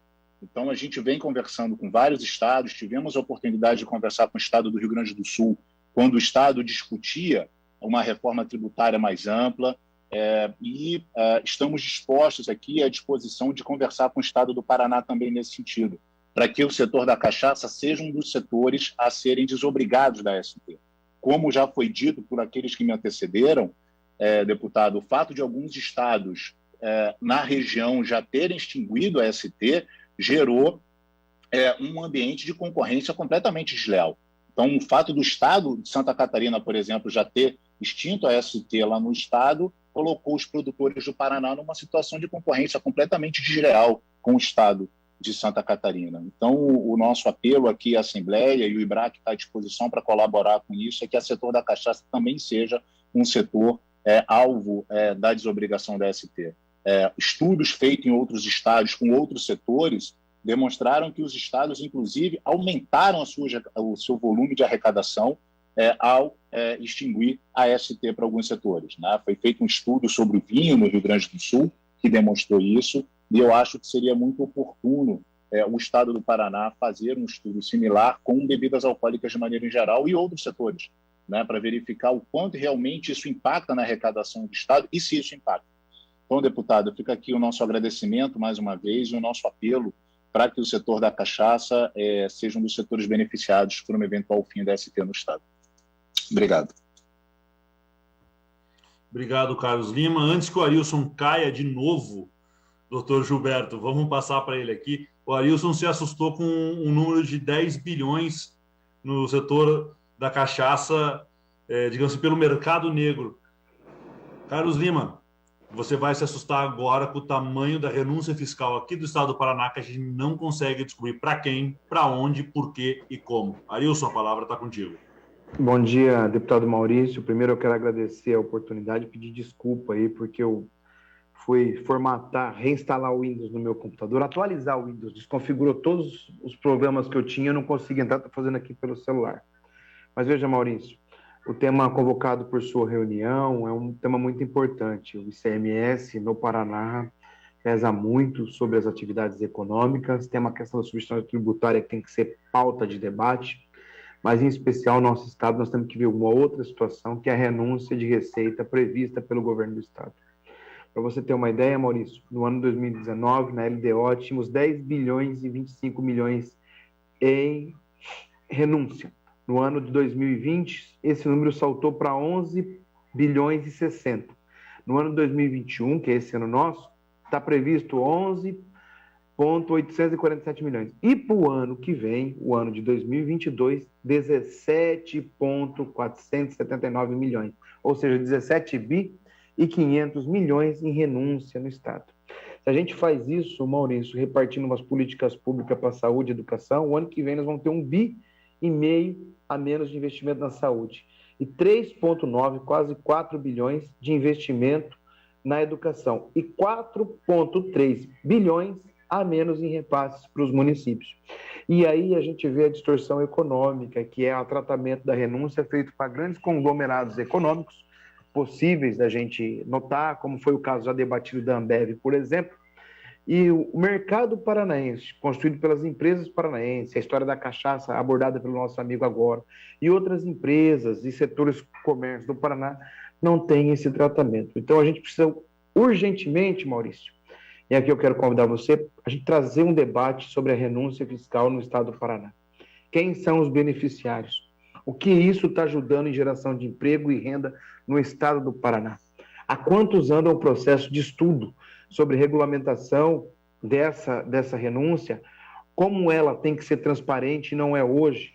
Quais os métodos adotados para a gente fazer um paralelo entre renúncia e substituição tributária e diminuição das alíquotas de ICMS para pequenos serviços e produtos do estado do Paraná, para aquecer a cadeia produtiva, principalmente no que tange a região do interior do estado? Então, eu quero aqui agradecer a oportunidade, Maurício, colocando esses números da renúncia, para você ver, se a gente pegar 17 bilhões em renúncia, Maurício, a cada 4 anos nós vamos ter um orçamento, 3 anos e meio, nós vamos ter um orçamento a menos do estado do Paraná, só em renúncia fiscal.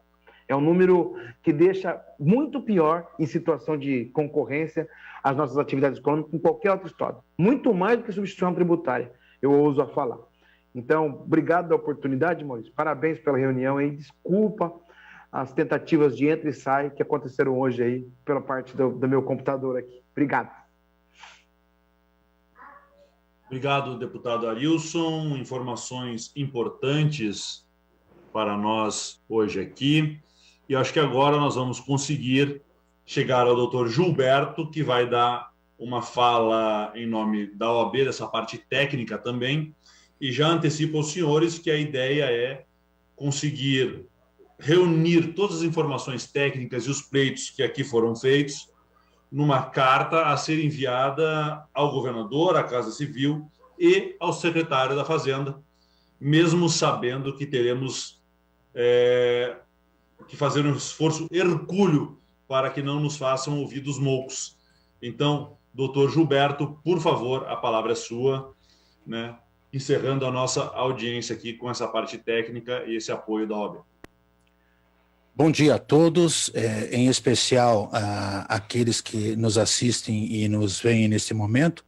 Já inicio agradecendo ao deputado a oportunidade de nós falarmos, e até em dose dupla, como já o fizemos em 2019, quando do último evento, da última audiência pública, naquela oportunidade falamos em nome da FACIAP, inclusive, e eu lembro que alguns componentes, membros, participantes da FACIAP tinham aí o interesse que houvesse a extinção da substituição tributária, né?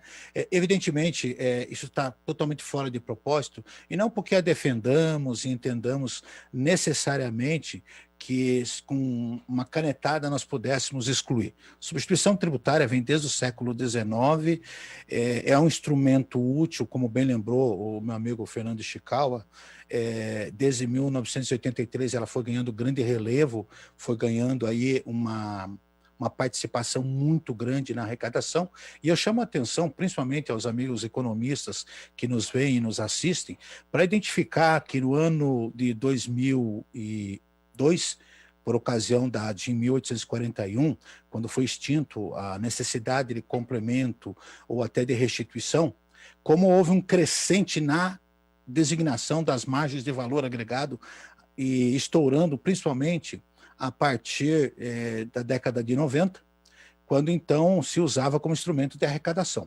É óbvio que ela tem que ser corrigida, é óbvio que há necessidade, sim, do instrumento, sob o ponto de vista da praticabilidade, a apresentação efetiva de instrumentos que permitam aí ao Estado arrecadar de maneira segura, garantir a arrecadação. Então, enquanto instituição, nós não podemos apenas e tão somente falarmos pensando apenas neste ou naquele envolvido, e sim em todos. Então, eu peço licença a todos aqui para colocarmos algumas sugestões de ordem prática, até porque as críticas, as alegações feitas de parte a parte por cada um dos interessados nesta audiência, já demonstra que realmente o tema é complexo, ele envolve ajustes, e pode ter certeza, excelentíssimo senhor deputado e demais que nos ouvem, toda vez que a OAB for instigada, convidada, ela aqui estará com todo o prazer para contribuir, para auxiliar. Não esperem de nós posição diversa, porque o nosso papel é tentar entender o interesse de todos, embora, eu digo sempre isso, embora não tenhamos cargo público, temos um munus público implícito de atender interesses tanto do Estado quanto do contribuinte, e não podemos fazer aqui sugestões que não tenham lógica e não tenham fundamento, como já falou o nosso querido presidente Fábio Artigas Grilo. Bom, dessas apresentações que nós elaboramos, nós temos um grupo de estudos lá voltado para a substituição tributária, e nós colocamos aqui algumas sugestões que eu estou encaminhando na sequência aqui já para a equipe do deputado, e posteriormente elaboramos, inclusive, meus queridos, um projeto de alteração da Lei 11.580, com os fundamentos de validade e também com a exposição de motivos. Já no ano de 2019, adaptamos para a realidade atual, de forma a entender que, ao falarmos de substituição tributária, nós não podemos nos limitar a ela, mas como um todo. E a primeira sugestão, e eu lembro de já ter conversado isso ao tempo em que o nosso querido amigo Francisco Inocêncio ainda era membro do Estado, da necessidade de criação de um mecanismo de compensação entre os muitos milhares de créditos represados decorrentes de exportação que as empresas têm, e também, leia-se crédito do contribuinte, e precatório, leia-se débito do Estado. Ou seja, por que não fazemos um encontro de contas, né, sem toda aquela complexidade de formas aí a entender e atender a interesses tanto do Estado quanto dos contribuintes. A melhor forma de ser feito isso, certamente, é nessa Casa de Leis, onde certamente serão pesados todos os interesses. Mas o que não pode acontecer, principalmente em 2006, quando acabou aí os royalties a rigor que os estados tinham pela exportação, e se vendeu a ideia de que se tem que suportar sem tributação, e foi se criando um monstro, que é o crédito. Vejam o volume de créditos represados que existem, né? E também o volume de precatórios impagáveis. É óbvio que aqui nós já sugerimos e levantamos também a alternativa do convite à Comissão de Precatórios da OAB, que também tem interesse no tema, né? Essa é a primeira questão, e que talvez não esteja diretamente ligado à substituição tributária, mas nós queremos aqui o pensar, o discutir, para que nós possamos entender que o ICMS é um todo, não se pode pensá-lo isoladamente, ele é um sistema, né? Como segunda sugestão, dentro dessa mesma linha, nós temos hoje empresas que estão em dívida ativa, e quando falamos em recuperação, nós temos que criar todos os meios possíveis, imagináveis, legais, de recuperação de empregos dessas empresas. Então, por que também não usar desses mesmos mecanismos simplificados, com toda a segurança, com todo o aval e fiscalização, para que as empresas que estão inscritas em dívida ativa, lá nos antigos e famosos devedores, né, duvidosos, que certamente não irão pagar nunca, num mecanismo de compensação, para que isso permita que empresas que estão hoje moribundas, buscando a recuperação judicial, possam voltar à atividade.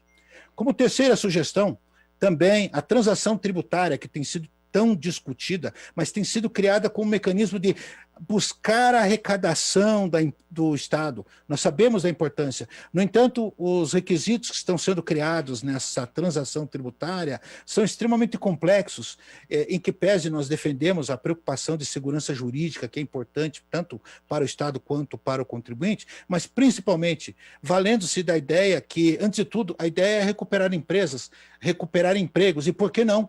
A própria dação em pagamento, em casos específicos que tem tanto uma quanto outra previsão no nosso Código Tributário Nacional e que não foram e não são regulamentados até hoje de forma clara, de forma tranquila. Por quê? Só se vê o fundo do poço, a arrecadação. Ou seja, nós vamos continuar em eterna situação de parcelamento, como já foi anteriormente comentado por alguns de nós. Também falamos aqui, sim, do fim do diferencial de alíquota nas aquisições de bens e capital. Quem tem acompanhado tem visto que o Rio Grande do Sul extinguiu o diferencial, até por conta da polêmica que o Supremo Tribunal Federal instalou em relação ao diferencial para não contribuintes, mas como forma de permitir que as empresas adquiram os bens de capital, máquinas, equipamentos, de forma a reduzir o custo e permitir a renovação de todo o parque, né? Seja ele fabril, mercantil, para as empresas. Certamente o contexto de arrecadação aqui talvez não represente muito. E anteriormente se falou em renúncia fiscal, nós saudamos com muita alegria a preocupação de revisão, porque a renúncia ela é necessária, mas sempre pensando que o tributo tem que ser um indutor de desenvolvimento. E se os senhores observarem, senhores e senhoras, todas as propostas que nós fazemos, embora em algum dado instante vão exigir aí um trabalho muito acurado, muito preocupado para que não haja perda de arrecadação, porque aqui não há dinâmica que se explique. Se eu tiro receita de um lado, eu tenho que colocar do outro. É bom lembrar que há alguns anos atrás, bastante tempo, se reduziu aí a carga tributária de produtos da atividade escolar, alimentícia.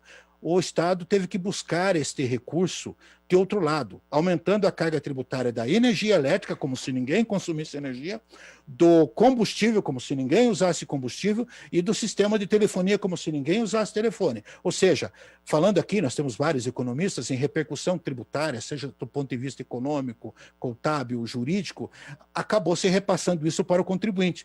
Se nós formos olhar, e as propostas de reforma tributária todas são uníssonas em acabar com o conceito do tributo por dentro, talvez levem isso em consideração, porque numa alíquota nominal de 29% de energia elétrica, e é claro que nesse momento não há espaço para discutir isso, se nós formos calcular só de ICMS, a carga final, né, o meu amigo Maurílio Schmidt, que é economista de grande porte, certamente pode me contraditar se assim o desejar, a carga tributária chega próximo de 40% só de ICMS.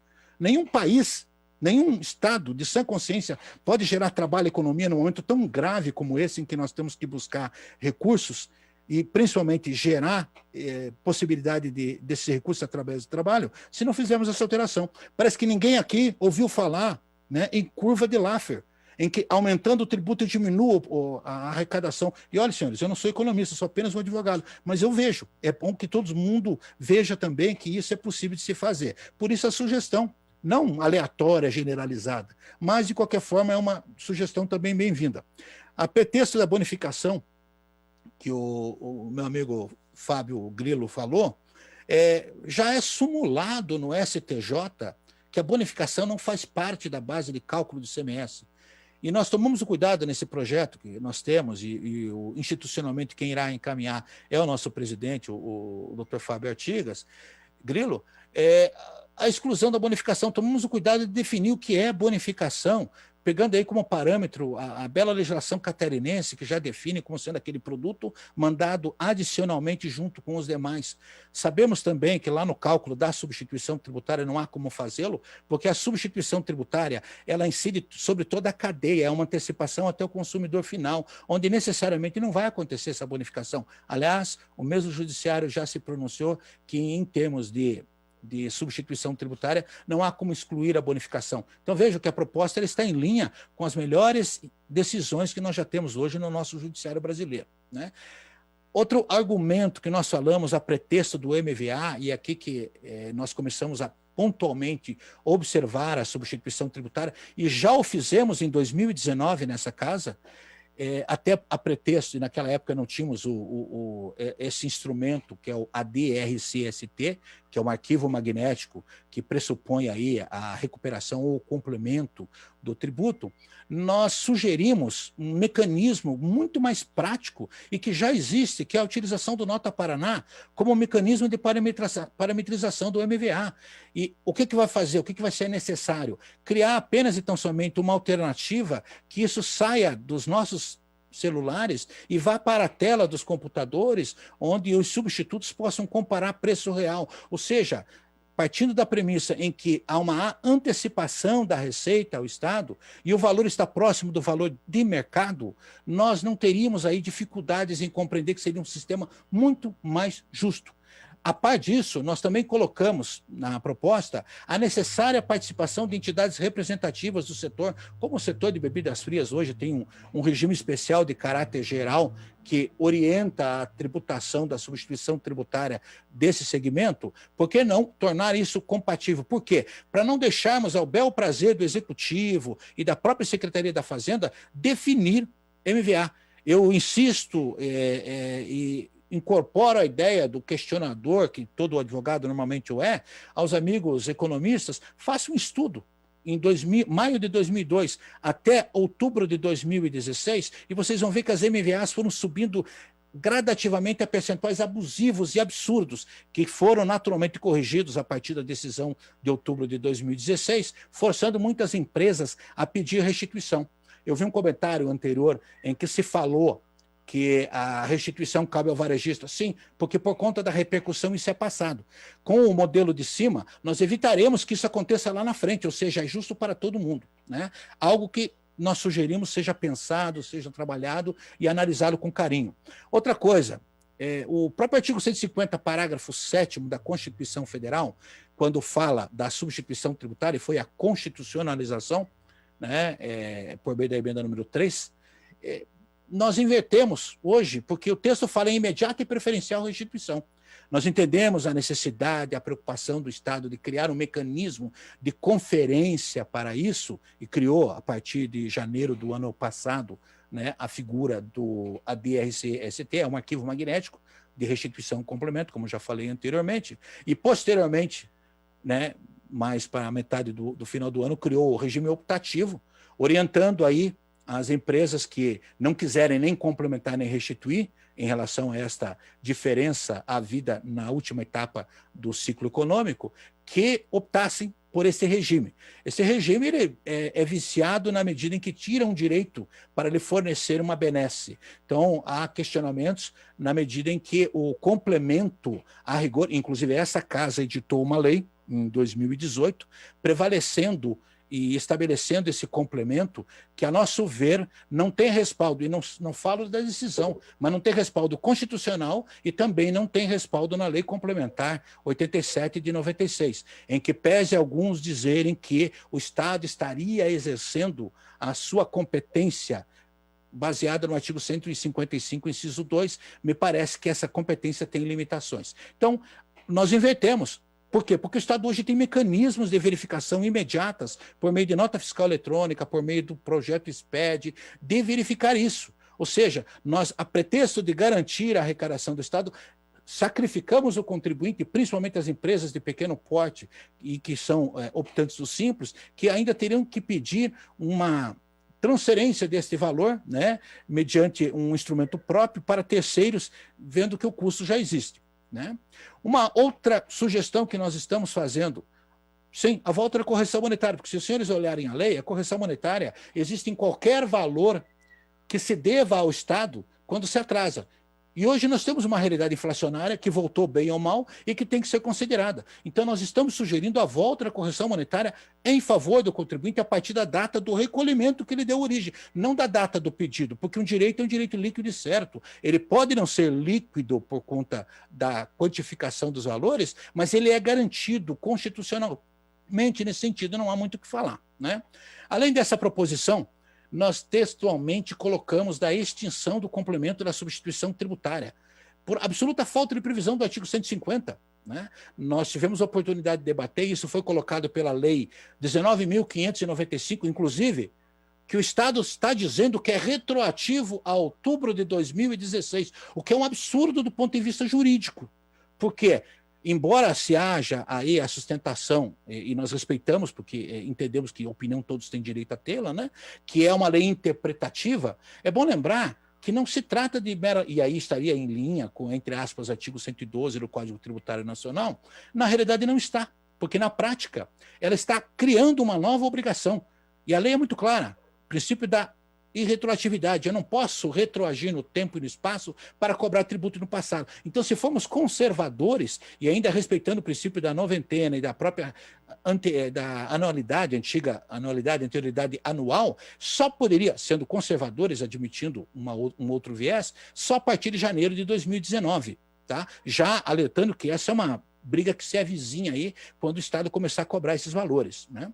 Também colocamos aí, textualmente, pensando nas microempresas, é bom lembrar que a OAB intentou uma ADIM junto ao Supremo Tribunal Federal quanto ao antigo decreto 442, que exigia o pagamento antecipado das microempresas do pagamento. E em linha com o que está se falando neste painel, que muito nos agrada, é verificarmos a preocupação de respeitarmos a regra do artigo 179, porque só as microempresas têm que antecipar esse valor. Onde é que está o respeito do tratamento diferenciado e privilegiado às microempresas? É bom lembrar que essas empresas, apesar de comparecerem com pouco tributo, arregimentam muitos empregos, e por conta deste pessoal que está vinculado às microempresas e empresas de pequeno porte, há geração de recursos, sim, na atividade varejista. Então, é de se pensar que está na hora de pensarmos em não só criar a impossibilidade de antecipação, como também a própria extinção da substituição tributária para as microempresas. O que existe hoje é quando a microempresa tem um único estabelecimento e faturamento até 180 mil. Se não for possível, que pelo menos se eleve esse faturamento de forma a tornar algo mais sensível, porque a grande prejudicada dessa história realmente é a pequena empresa, a empresa de médio porte. Ela sofre muito com isso. Também, vinculação das regras de substituição tributária a essas regras, e é isso que nós estamos deixando muito claro, tem um viés muito objetivo e técnico de criar uma restrição à substituição tributária. Ela tem que existir, nós entendemos que ela é um mecanismo, e aí nós falamos em praticabilidade, é um mecanismo que qualquer Estado brasileiro usa e qualquer país que tenha o próprio imposto de renda é um mecanismo de substituição tributária, e muita gente não olha dessa forma. Né? Nós temos mecanismos mais efetivos, como a nota fiscal eletrônica, o próprio projeto SPED, o IFD, que permitem um acompanhamento, um monitoramento. Podemos, sim, ter situações onde há gargalos, esses serão sentidos e acompanhados. E a própria fixação que nós colocamos lá atrás, do MVA, usando o Nota Paraná ou recursos mais efetivos, ou então a própria participação das entidades representativas, trariam esses valores a valor justo e presente, não justificando o complemento e tampouco a reclamação que se possa fazer de um desvio de conduta, que certamente também pode ser previsto. Né? Por quê? Porque a Receita Estadual também está recebendo com antecipação esses valores de operações que ainda nem aconteceram. Então, essa figura da substituição tributária clássica, que o meu amigo Fernando Chikawa chamou de subsequente, e é uma das modalidades, né? Seria um dos caminhos que nós vemos por aqui, e toda a estrutura foi feita a não impedir que se use, mas criar critérios como no passado. Porque a partir da década de 80, e nós colocamos isso quando fizemos a nossa dissertação de mestrado, houve um abuso desta utilização desses recursos por conta do viés arrecadatório. Nós não temos hoje uma política de desenvolvimento usando o tributo como mecanismo de desenvolvimento.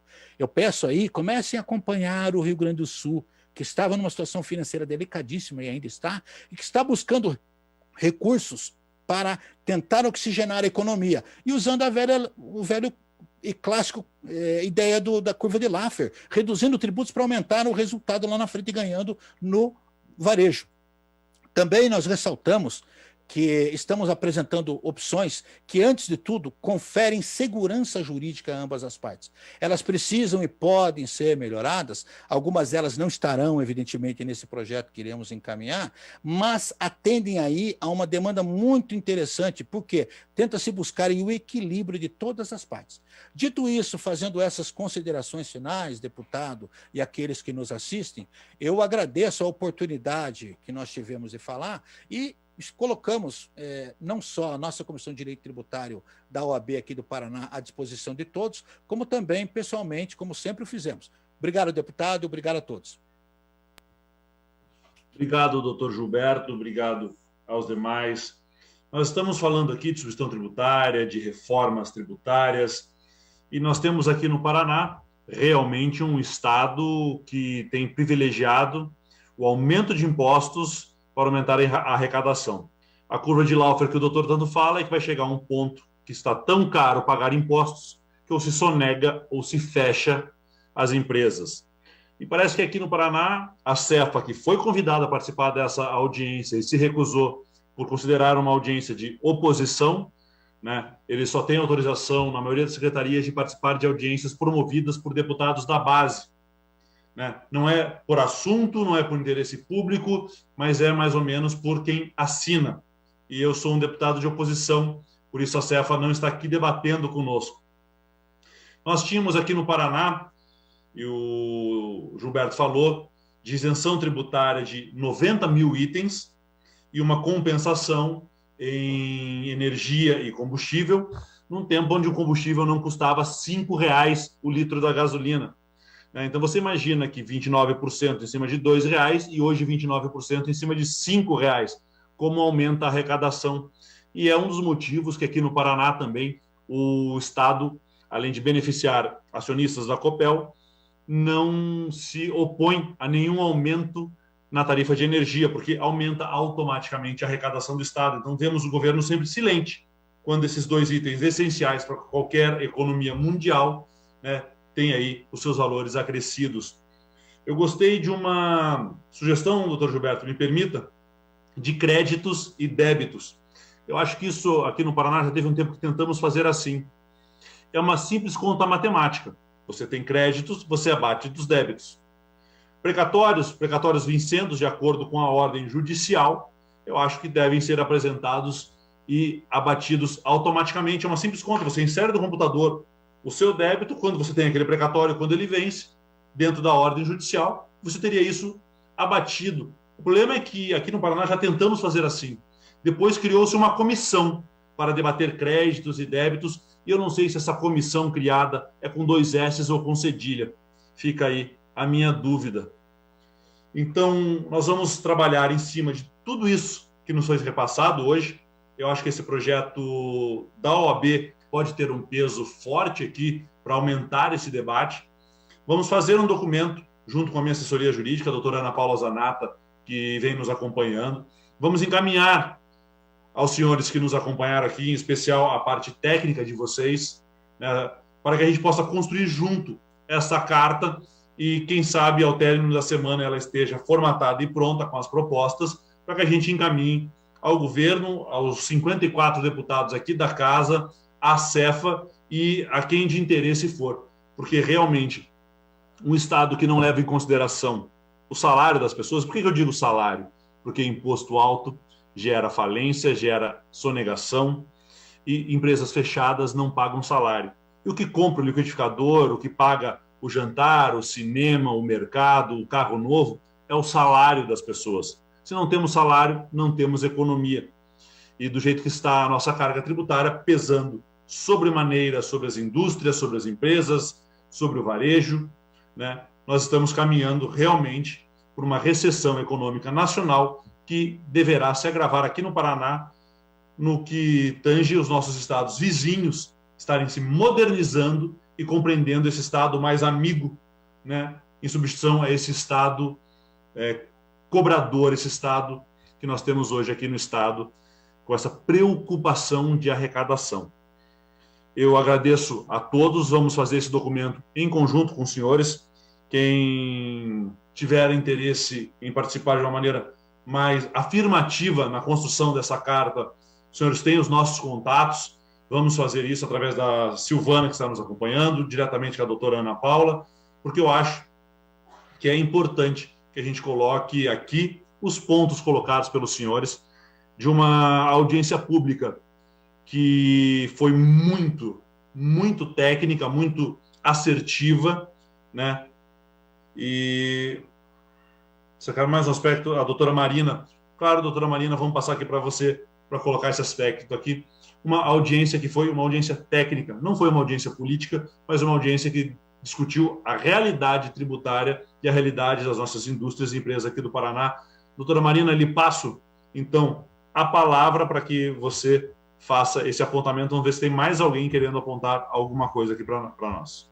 Deputada, obrigada pela passagem, pelo espaço novamente, mas eu só gostaria de salientar as discussões a respeito da substituição tributária, são todas extremamente complexas, né, ainda um pouco a longo prazo. Ressalto a importância da revisão da ausência, né, por parte do Estado do Paraná, de políticas públicas relacionadas a incentivos e a fomentos econômicos. A questão da renúncia fiscal, estabelecida hoje para a Ambev, para a Kaiser, certo? E para a Kaiser, antiga, hoje Heineken, né?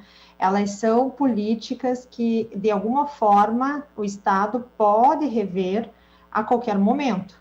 Então, se nós pudéssemos ter uma maior participação nisso em relação à revisão das políticas econômicas mesmo do Estado do Paraná, a questão das renúncias fiscais, os impactos econômicos que, né, isso vem ocasionando no Estado do Paraná, nós gostaríamos muito de pedir sua ajuda nesse sentido e também gostaríamos muito de participar disso, porque nós não temos acesso a números, nós não temos acesso a políticas, cada vez que nós descobrimos um documento, nós nos surpreendemos com a benesse do governo do Estado do Paraná com determinadas empresas, e como nós falamos, a renúncia, né, o benefício do ICMS, ele acaba acarretando consequências em relação a outros impostos. Então, a pequena empresa do Estado do Paraná perde em relação já a disputa do ICMS, mas ela também perde em relação à cadeia produtiva, à questão de equipamentos, à questão também em relação aos impostos federais, que ela acaba pagando mais ainda impostos. Então, nesse sentido, só que nós entendemos que pode ter vamos dizer assim, a curto prazo aqui nós podemos ter um efeito mais expressivo do que diz respeito à questão da renúncia fiscal. Muito obrigada pela possibilidade de falar outra vez e peço desculpa a todos.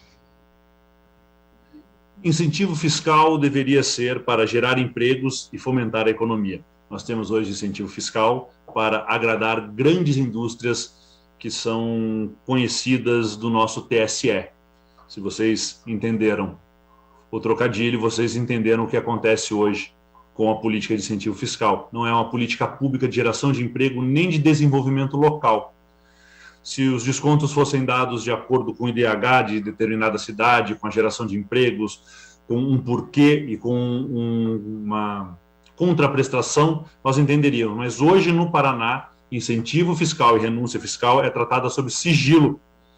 E aos amigos da OAB que estão nos escutando, isso me é assustador, que a gente não possa ter acesso, nem como deputados, de quais são os incentivos fiscais, as renúncias fiscais e a quais empresas.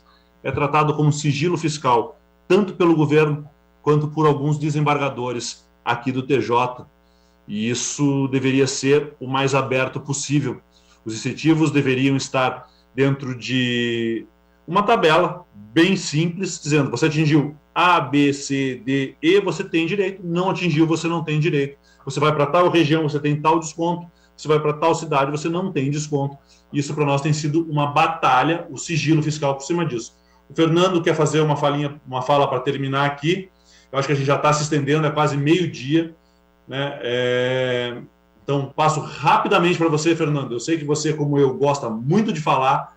Peço que você seja conciso na sua fala para que a gente possa encerrar aqui a nossa audiência, agradecendo a participação de todos.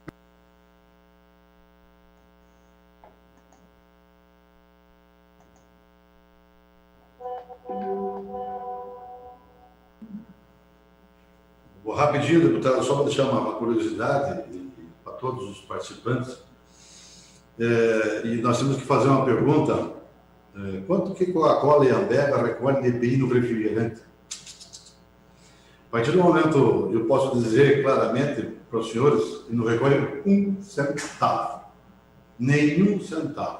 A partir do momento que eu, Coca-Cola, eu, Ambev, não recolho IPI, significa que o Fundo de Participação dos Estados e o Fundo de Participação dos Municípios não está sendo alimentado corretamente. Por que eu, pequena empresa do Estado do Paraná, recolho IPI no refrigerante? Por que o Coca-Cola e a Ambev não recolhem? Eu afirmo categoricamente, eles não recolhem um centavo de IPI no refrigerante. Essa é só a minha curiosidade e agradecer mais uma vez a todo mundo, né, para você aproveitar a discussão, a Procuradoria-Geral do Estado devia estar presente, a Casa Civil devia estar presente e a CEFA também devia estar presente, mas não estão, enfim, que ouçam as nossas reclamações e as nossas observações. Muito obrigado, deputado, mais uma vez, e um abraço a todos que estão participando. Muito obrigado aos presentes. Vamos agora, a partir de hoje, elaborar em conjunto com os senhores, espero, uma carta trazendo tudo que falamos aqui hoje, de uma forma bem técnica, de uma forma bem clara, para que a gente possa apresentar aos órgãos do Estado e à Casa de Leis aqui do Estado do Paraná. Declaro encerrada essa audiência, agradeço demais a participação de todos, muito obrigado. Como disse, fico muito feliz com a OAB presente, eu sou advogado de formação e gosto de ver essa OAB mais proativa se colocando, tem participado sim, sempre que nós chamamos, aqui nas discussões tributárias, desde o mandato passado, assim como os amigos da FACIAP, da própria ACP e da FEComércio. Vamos continuar nessa luta por menos impostos aqui no Paraná e mais empregos. Um bom dia a todos, uma boa tarde, está encerrada a nossa audiência.